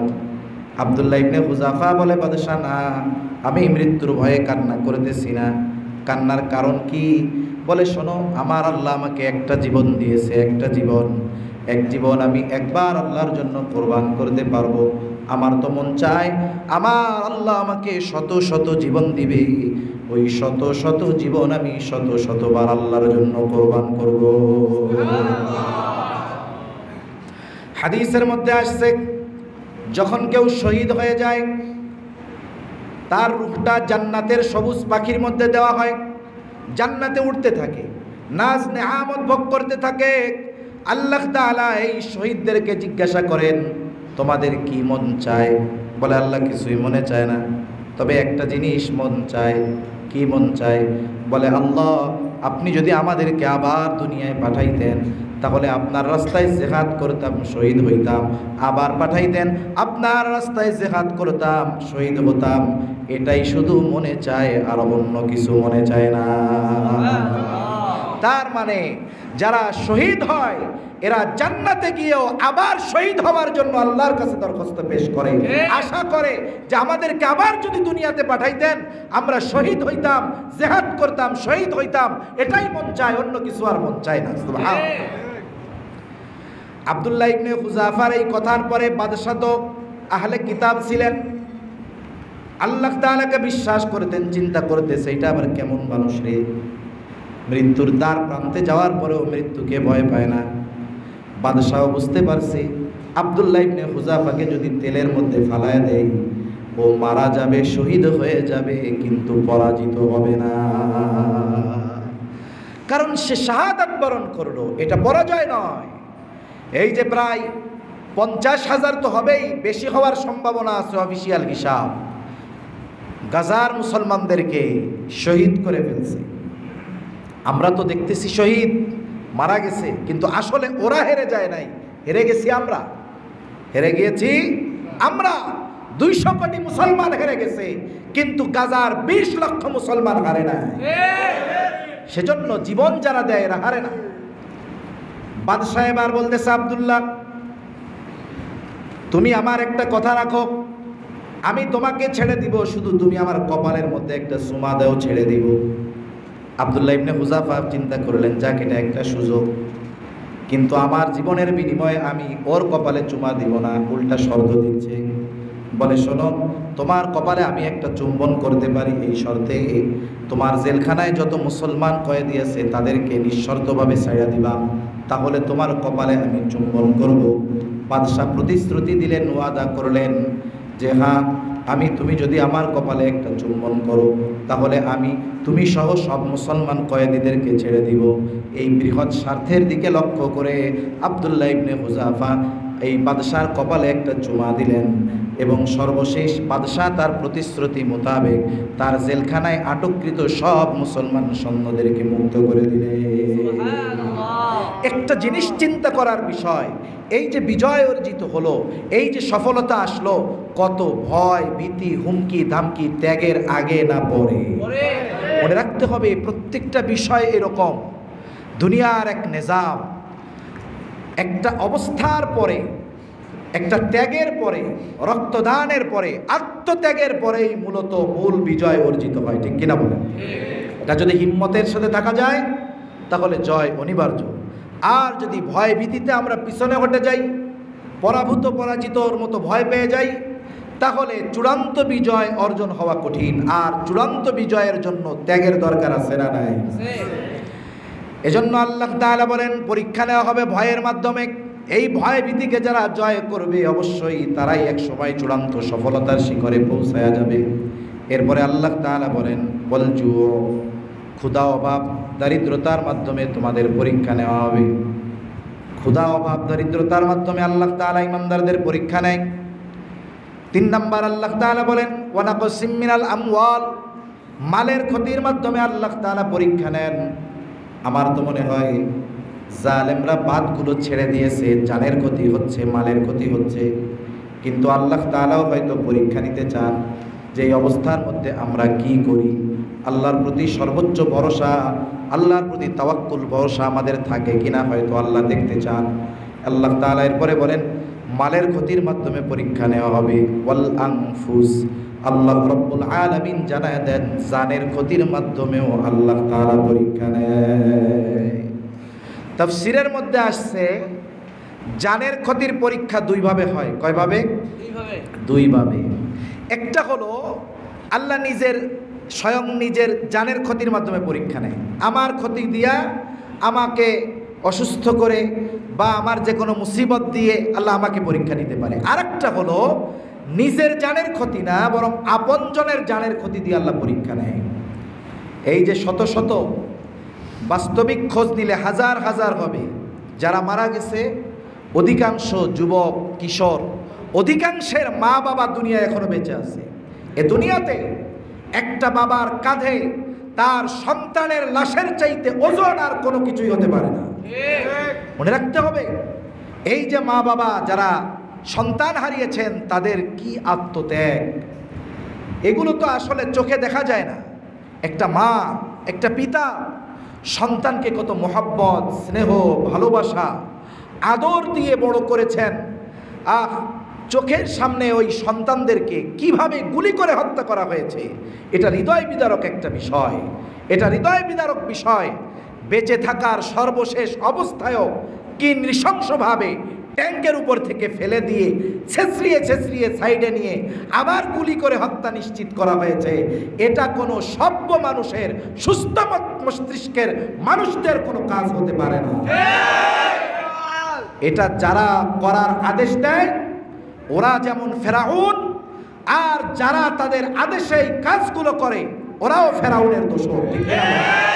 মনে রাখতে হবে জালেমকে ইবনুল জাওজি রহমাতুল্লাহি আলাইহি বলেন জালেম তো সে যে জালেমের কাপড় ধুয়ে দেয়, ওইটাও জালেম। জালেমের অধীনে চাকরি করে, ওটাও জালেম। শুধু তাই না, যে জালেমের কাছে সুজ বিক্রয় করে, জালেমের কাপড় সেলাই করার জন্য দোকানদারের কাছে গেছে, ওই দোকানদার যে জালেমের কাছে সুজ বিক্রয় করেছে ও হলো জালেমের সহযোগী। তাহলে জালেম কে বলে? যে জালেমের সহযোগিতা করে, যে জালেমের খাবার পাকায়া দেয় সেও জালেম। তাইলে বলেন জালেমের কথায় যারা গুলি করেছে ওরাও জালেম, কোনো সন্দেহ নেই। আমি কেন ওই চাকরি করতে যাব যেই চাকরি করতে গিয়ে নিরস্ত্র নিরহ মানুষের উপরে গুলি চালাতে হবে? এ চাকরি আপনার কি দরকার করার? ছেড়ে দেন, পানের দোকানদারি করে খান, তাও ভালো। কিয়ামতের দিন কি জবাব দিবেন? কি জবাব দিবেন? আপনার সন্তানদের কাছে কি জবাব দিবেন? এটা আফসোসের ব্যাপার। এজন্য যেই সমস্ত মা বাবা তাদের সন্তানদেরকে হারিয়েছেন তাদের মনের কষ্ট, ব্যথা, এটা অনুধাবন করা আমাদের দ্বারা অসম্ভব। আমরা সেই সমস্ত মা বাবার জন্য দোয়া করি যে আল্লাহ তাআলা তাদের এই কঠিন পরীক্ষা নিচ্ছেন, আল্লাহ তাআলা তাদেরকে উত্তম বিনিময় দান করেন। সকলে বলেন আমিন। এই সন্তানগুলো যেন কিয়ামতে তাদের নাজাতের ওসিলা হয়। সকলে বলেন আমিন। এরপরে সর্বশেষ পরীক্ষার কথা আল্লাহ তাআলা বলতেছেন, ওয়াসসামারাত, ফল ফসলের ক্ষতি দিয়ে আল্লাহ তাআলা পরীক্ষা নেন। ফসলের ক্ষতি হবে, ধানের ক্ষতি হবে। আল্লাহ তাআলা পরীক্ষা নিয়ে কি দেখতে চান? যে কঠিন মুসিবত আসার পরে বান্দা আমি আল্লাহকে ভুলে যায় কিনা। কারণ আল্লাহ তাআলা চান বান্দা মুসিবতে পড়বে, এটা আল্লাহ তাআলা জানায় দিয়েছেন। সাথে সাথে আল্লাহ এটাও জানায় দিয়েছেন যে তোমরা মুসিবতে পড়লে সাহায্যের দরকার, তাহলে সাহায্যের জন্য কার কাছে যাইতে হবে? আল্লাহ তাআলা 2 আয়াত আগে বলেন, ইয়া আইয়ুহাল্লাযীনা আমানুস্তাঈনু বিস-সাবরি ওয়াস-সালাহ, হে ঈমানদারেরা তোমরা আমি আল্লাহ তাআলার কাছে সাহায্য চাও সবর এবং সালাতের মাধ্যমে, ধৈর্য এবং নামাজের মাধ্যমে আমি আল্লাহর কাছে সাহায্য চাও। যদি সাহায্য চাও কি হবে? তোমরা সাধারণ মুমিন থাকবে না, তোমরা হয়ে যাবে সবের মুমিন। আল্লাহ বলেন ইন্নাল্লাহা মা'আস সাবিরিন, নিশ্চয়ই আল্লাহ তাআলা ধৈর্যশীলদের সাথে আছেন। সুবহানাল্লাহ। সেজন্য মুসিবতে আল্লাহর উপরে ভরসা করে ওই মুসিবত থেকে বাঁচার চেষ্টা আমরা যদি করি, তাহলে ইনশাআল্লাহ আল্লাহ তাআলার নুসরাত আসবে, সাহায্য আসবে। মনে রাখবেন আমাদেরকে একটু সবর করতে হবে। যেমন মানুষের বলেন তো একটা হাত কেটে যাইতে কয় ঘন্টা লাগে? কেউ যদি আমারে কোপ দেয়, এই হাত কাটতে কি 10 ঘন্টা লাগবে? সেকেন্ডও লাগবে না। কিন্তু এই ক্ষত যাইতে 10 বছরও লাগতে পারে, ঠিক কিনা বলেন? মনে রাখতে হবে আমাদেরকে একটু সবর করতে হবে, ধৈর্যের সাথে পর্যবেক্ষণ করতে হবে। মানুষ যখন প্রতিবাদ করা শিখে যায় তখন আশা করা যায় জালেম যদি জুলুম করে আবার মানুষ প্রতিবাদী হতে পারবে, ঠিক কিনা? 15, 16, 17 বছরের ক্ষত একটু রিকভারি হইতে সময়ের দরকার আছে। এজন্য 15-20 দিনে আমরা অধৈর্য হয়ে যাব না। আমরাও চৌকান্না থাকব, সতর্ক থাকব, আমরাও সময় দিব যেন অতীতের ভুল ভ্রান্তি এগুলো থেকে বের হয়ে আমরা সুন্দর একটা দেশ গড়তে পারি, ঠিক কিনা বলেন? এই দেশ গড়ার জন্য কিছু বিষয় দরকার আছে, আলোচনা আর লম্বা করব না। দেশ গড়ার জন্য প্রত্যেকটা মানুষের অন্তরে দেশপ্রেম থাকার দরকার। দেশপ্রেম থাকতে হবে। আরবি একটা প্রবাদ আছে, হাদিস নয় এটা, হুব্বুল ওয়াতান মিনাল ঈমান, দেশপ্রেম ঈমানের অঙ্গ। এটা আরবি একটা প্রবাদ। রাসূল সাল্লাল্লাহু আলাইহি ওয়াসাল্লামের অন্তরে দেশপ্রেম ছিল, মক্কার জন্য নবীজির মায়া ছিল। যখন কাফেরদের অত্যাচারে মক্কা ছেড়ে মদিনায় যাচ্ছেন, বারবার পেছনের দিকে তাকান, নবীজি বলতেছেন মক্কা আমাকে যদি তোমার থেকে বের না করে দেওয়া হতো আমি কখনোই তোমার কাছ থেকে বাইর হইতাম না। এর দ্বারা নবীজি সাল্লাল্লাহু আলাইহি ওয়াসাল্লামের দেশপ্রেমের আলামত পাওয়া যায়। 2 নম্বর, সর্ব অবস্থায় দেশের জন্য দোয়া করা। সর্ব অবস্থায় দেশের জন্য কি করা? দোয়া করা। ইব্রাহিম আলাইহিস সালাম দোয়া করছে না, রব্বি জাআল হাযা বালাদান আমিনা ওয়ারযুক আহলাহু মিনাস সামারাত মান আমানা মিনহুম বিল্লাহি ওয়াল ইয়াউমিল আখির। আমাদের প্রত্যেকটা দোয়ায় আমাদের দেশের জন্য কল্যাণের দোয়া থাকতে হবে, করব তো ইনশাআল্লাহ। সাথে সাথে আমাদের দেশে শান্তিপূর্ণ সহ অবস্থান নিশ্চিত করতে হবে। দেখেন না আমাদের দেশে সম্প্রতি সময়ে যখন পুলিশ প্রশাসন নাই, মন্দিরগুলো পাহারা দিয়েছে মুসলমানেরা যেন দুষ্কৃতিকারীরা মন্দির ভাঙতে না পারে। কিন্তু দেখা যাচ্ছে যে একটা দেশে অপপ্রচার চালাচ্ছে যে মন্দির সব ভেঙে ফেলা হইতেছে, অথচ এদেশের অনেক হিন্দু ভাইয়েরা পোস্ট দিছে, ফেসবুকে লেখালেখি করতেছে, বলাবলি করতেছে যে এটা ইতিহাসের অন্যতম এক নজির, যে এই মন্দির রক্ষার জন্য আমাদের ব্যবস্থাপনা করার দরকার ছিল, অথচ মুসলমানেরা আমাদের এইগুলো পাহারা দিচ্ছে যেন দুষ্কৃতিকারীরা ভেঙে না ফেলতে পারে। এই যে একটা আন্ডারস্ট্যান্ডিং, এই যে একটা সহমর্মিতা, আমাদের অন্যান্য ধর্মের ভাইয়েরা তারা তাদের ধর্মীয় আচার অনুষ্ঠান পালন করবে, কোনো বাধা নাই। তারা তাদের আচার অনুষ্ঠান পালন করবে, কোনো বাধা নাই। ইসলাম আপনাকে তাদের দেবদেবীদেরকে গালি দেওয়ার অধিকার দেয় নাই। আপনি তাদের উপরে অত্যাচার জুলুম করতে পারবেন না। রাষ্ট্রের নাগরিক হিসাবে রাষ্ট্রীয় অধিকার তারা পাবে, সমাজের মানুষ হিসাবে তারা সামাজিক অধিকার পাবে। এবং সে যদি আপনার প্রতিবেশী হয়, আর যদি নিকটস্থ প্রতিবেশী হয়, একজন দূরবর্তী মুসলিম প্রতিবেশীর চাইতে নিকটবর্তী প্রতিবেশী হিসাবে একজন অমুসলিম আপনার কাছে অধিকার বেশি প্রাপ্য। এর চাইতে সুন্দর সহমর্মিতা, ভ্রাতৃত্ববন্ধন, ঐক্যর শিক্ষা আর কি হতে পারে? এর চাইতে আর ভালো শিক্ষা ইসলামবিহীন কোনো জীবন ব্যবস্থা দিতে পারে নাই, কিয়ামত পর্যন্ত পারবেও না। এজন্য আমরা শান্তিপূর্ণ অবস্থান গ্রহণ করার চেষ্টা করব। একটু চিন্তা করেন, কথার কথা বলি, কথায় আসলো, মন্দির কারা ভাঙছে না ভাঙছে?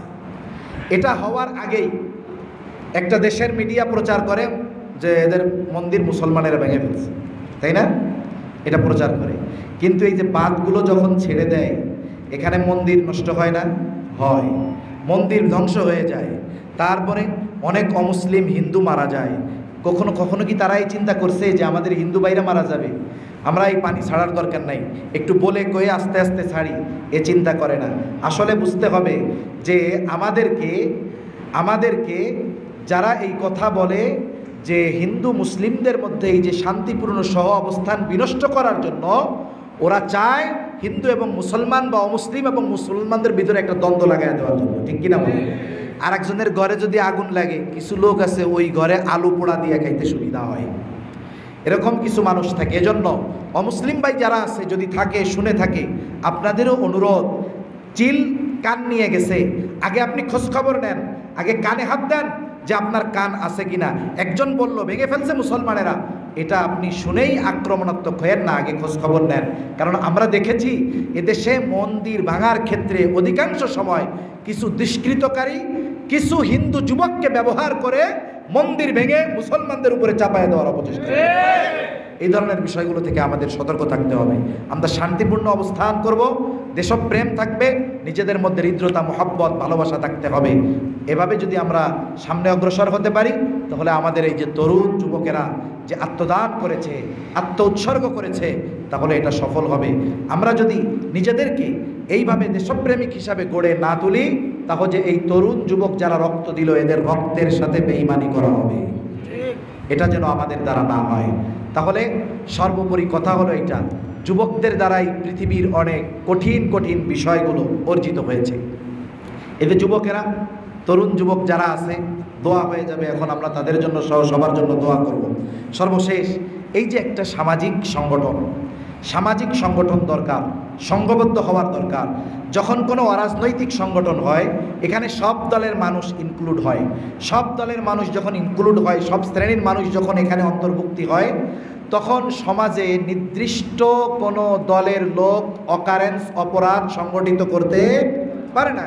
কারণ এই অপরাধ প্রতিরোধ করার জন্য যারা একতাবদ্ধ হয়েছে, এরা সব দলের লোক, ঠিক কিনা বলেন?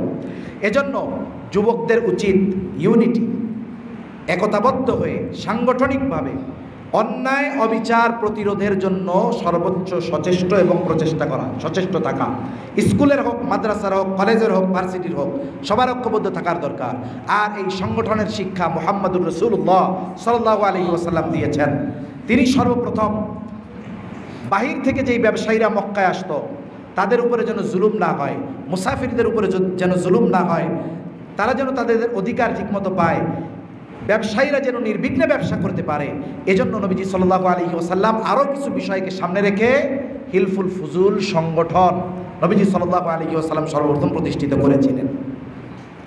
তাহলে সংগঠন দরকার আছে। এই যে যুবকদের সংগঠন, আজকের এই আয়োজন যেই সংগঠনের মাধ্যমে হয়েছে, আল ইত্তেহাদ যুব সংগঠন এবং ছাত্র সমাজ, খুব সুন্দর একটা বিষয়। ছাত্ররা, যুবকরা, স্টুডেন্ট না হলেও যারা যুবক আছে, তারাও এই সংগঠনের সাথে সম্পৃক্ত হতে পারে। এজন্য যারা যুবক আছেন, ছাত্র আছেন, মাদ্রাসার হোক, স্কুলের হোক, কলেজের হোক, ভার্সিটির হোক, অথবা ছাত্র নয়,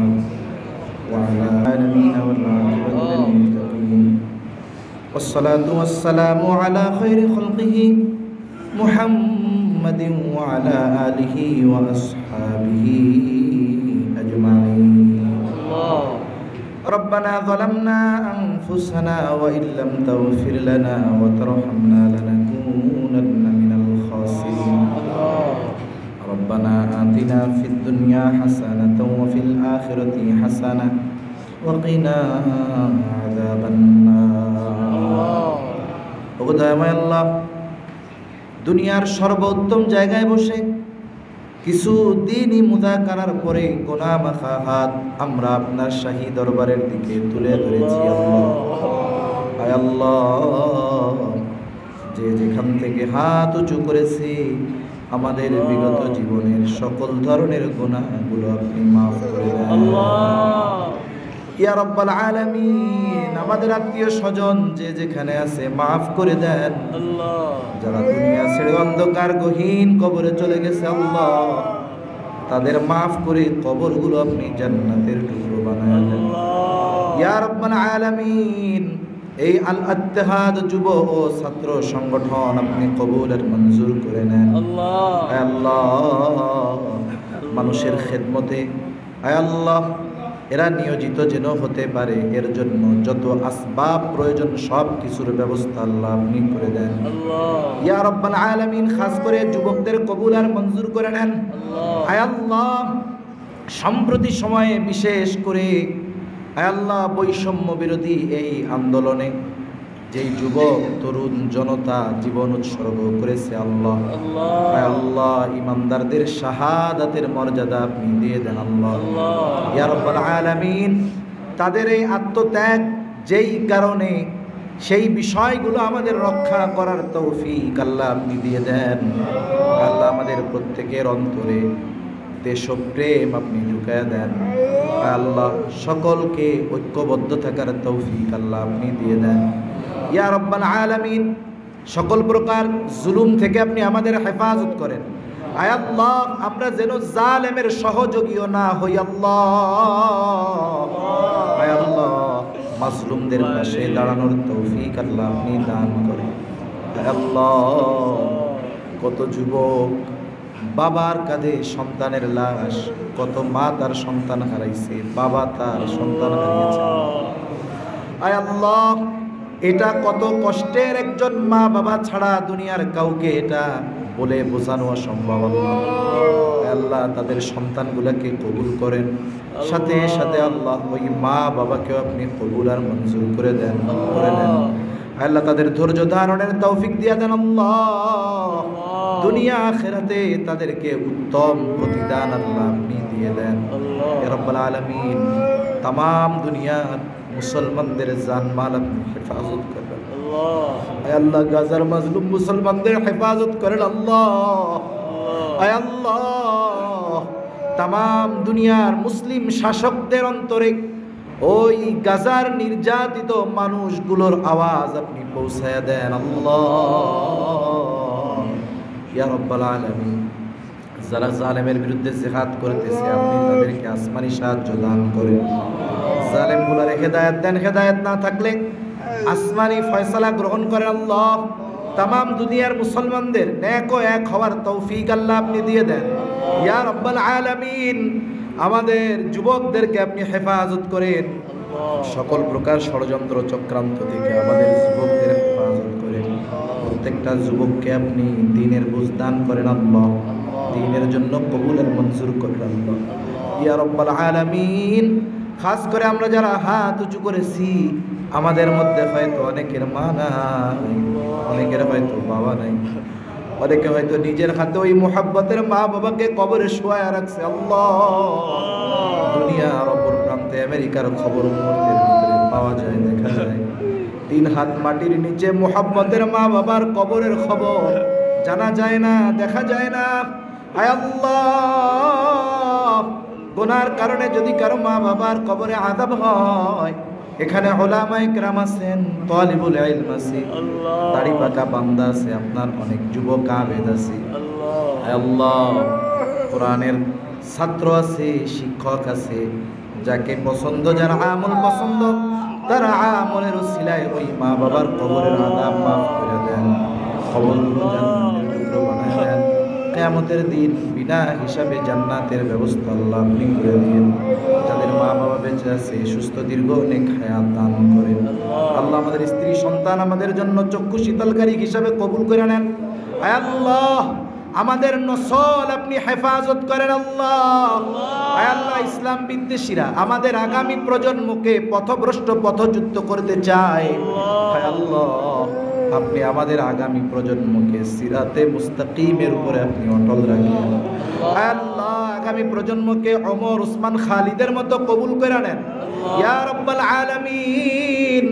বাংলাদেশের মানুষ শান্তিপ্রিয়, সকল ধর্মের সব বর্ণের মানুষ আমরা শান্তিতে মিলেমিশে বসবাস করতে পারি সেই তৌফিক দান করেন। আমাদের দেশের উপরে খাস রহমত নাজিল করেন। আসমানি জমিনি সকল বালা মুসিবত থেকে হেফাজত করেন। আয় আল্লাহ, দেশের অনেকগুলো জেলায় প্রচণ্ড বৃষ্টি সহকারে আয় আল্লাহ বন্যায় প্লাবিত হয়ে যাচ্ছে। আল্লাহ, আয় আল্লাহ, আপনি তাদের জন্য উত্তম ফয়সালা করেন। আয় আল্লাহ, যথাদ্রুত সম্ভব পানি নামায়া দেওয়ার ব্যবস্থা করেন। আয় আল্লাহ, বৃষ্টি বন্ধ করে দেন। আয় আল্লাহ, আমাদের সকলকে বারবার মক্কা মদিনা জিয়ারতের তৌফিক দিয়ে দেন।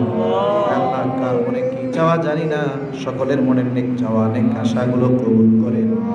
এই নামাজিদের নামাজি বানায়া দেন, সুন্নাতবিহীন মানুষগুলোকে আপনি সুন্নাতওয়ালা বানায়া দেন ইয়া রাব্বাল আলামিন। এ দুনিয়া ছেড়ে একদিন চলে তো যেতেই হবে। আল্লাহ, আপনি আমাদেরকে শাহাদাতের মৃত্যু দান কইরেন। আল্লাহ, আয় আল্লাহ, শাহাদাতের মৃত্যু দান কইরেন। আল্লাহুম্মা রযুকনা শাহাদাতান ফি সাবিলিক ওয়াজআল মাউতানা বিবালাদি রাসূলিক। আল্লাহুম্মা ইন্না নাউযু বিকা মিনাল হাম্মি ওয়াল হাযান ওয়াল আজজি ওয়াল কাসাল ওয়াল জুবনি ওয়াল বুখল ওয়া গলা'id দাইন গলাবাতির রিজাল। رب اجعلني مقيم الصلاة ومن ذريتي ربنا وتقبل دعاء. رب اجعل هذا بلدا آمنا وارزق أهله من الثمرات من آمن منهم بالله واليوم الآخر. ربنا هب لنا من أزواجنا وذرياتنا قرة أعين وجعلنا للمتقين إماما. رب ارحمهما كما ربياني صغيرا. رب ارحمهما كما ربياني صغيرا. صلى الله تعالى على خير خلقه محمد وعلى آله وأصحابه أجمعين. آمين برحمتك يا أرحم الراحمين.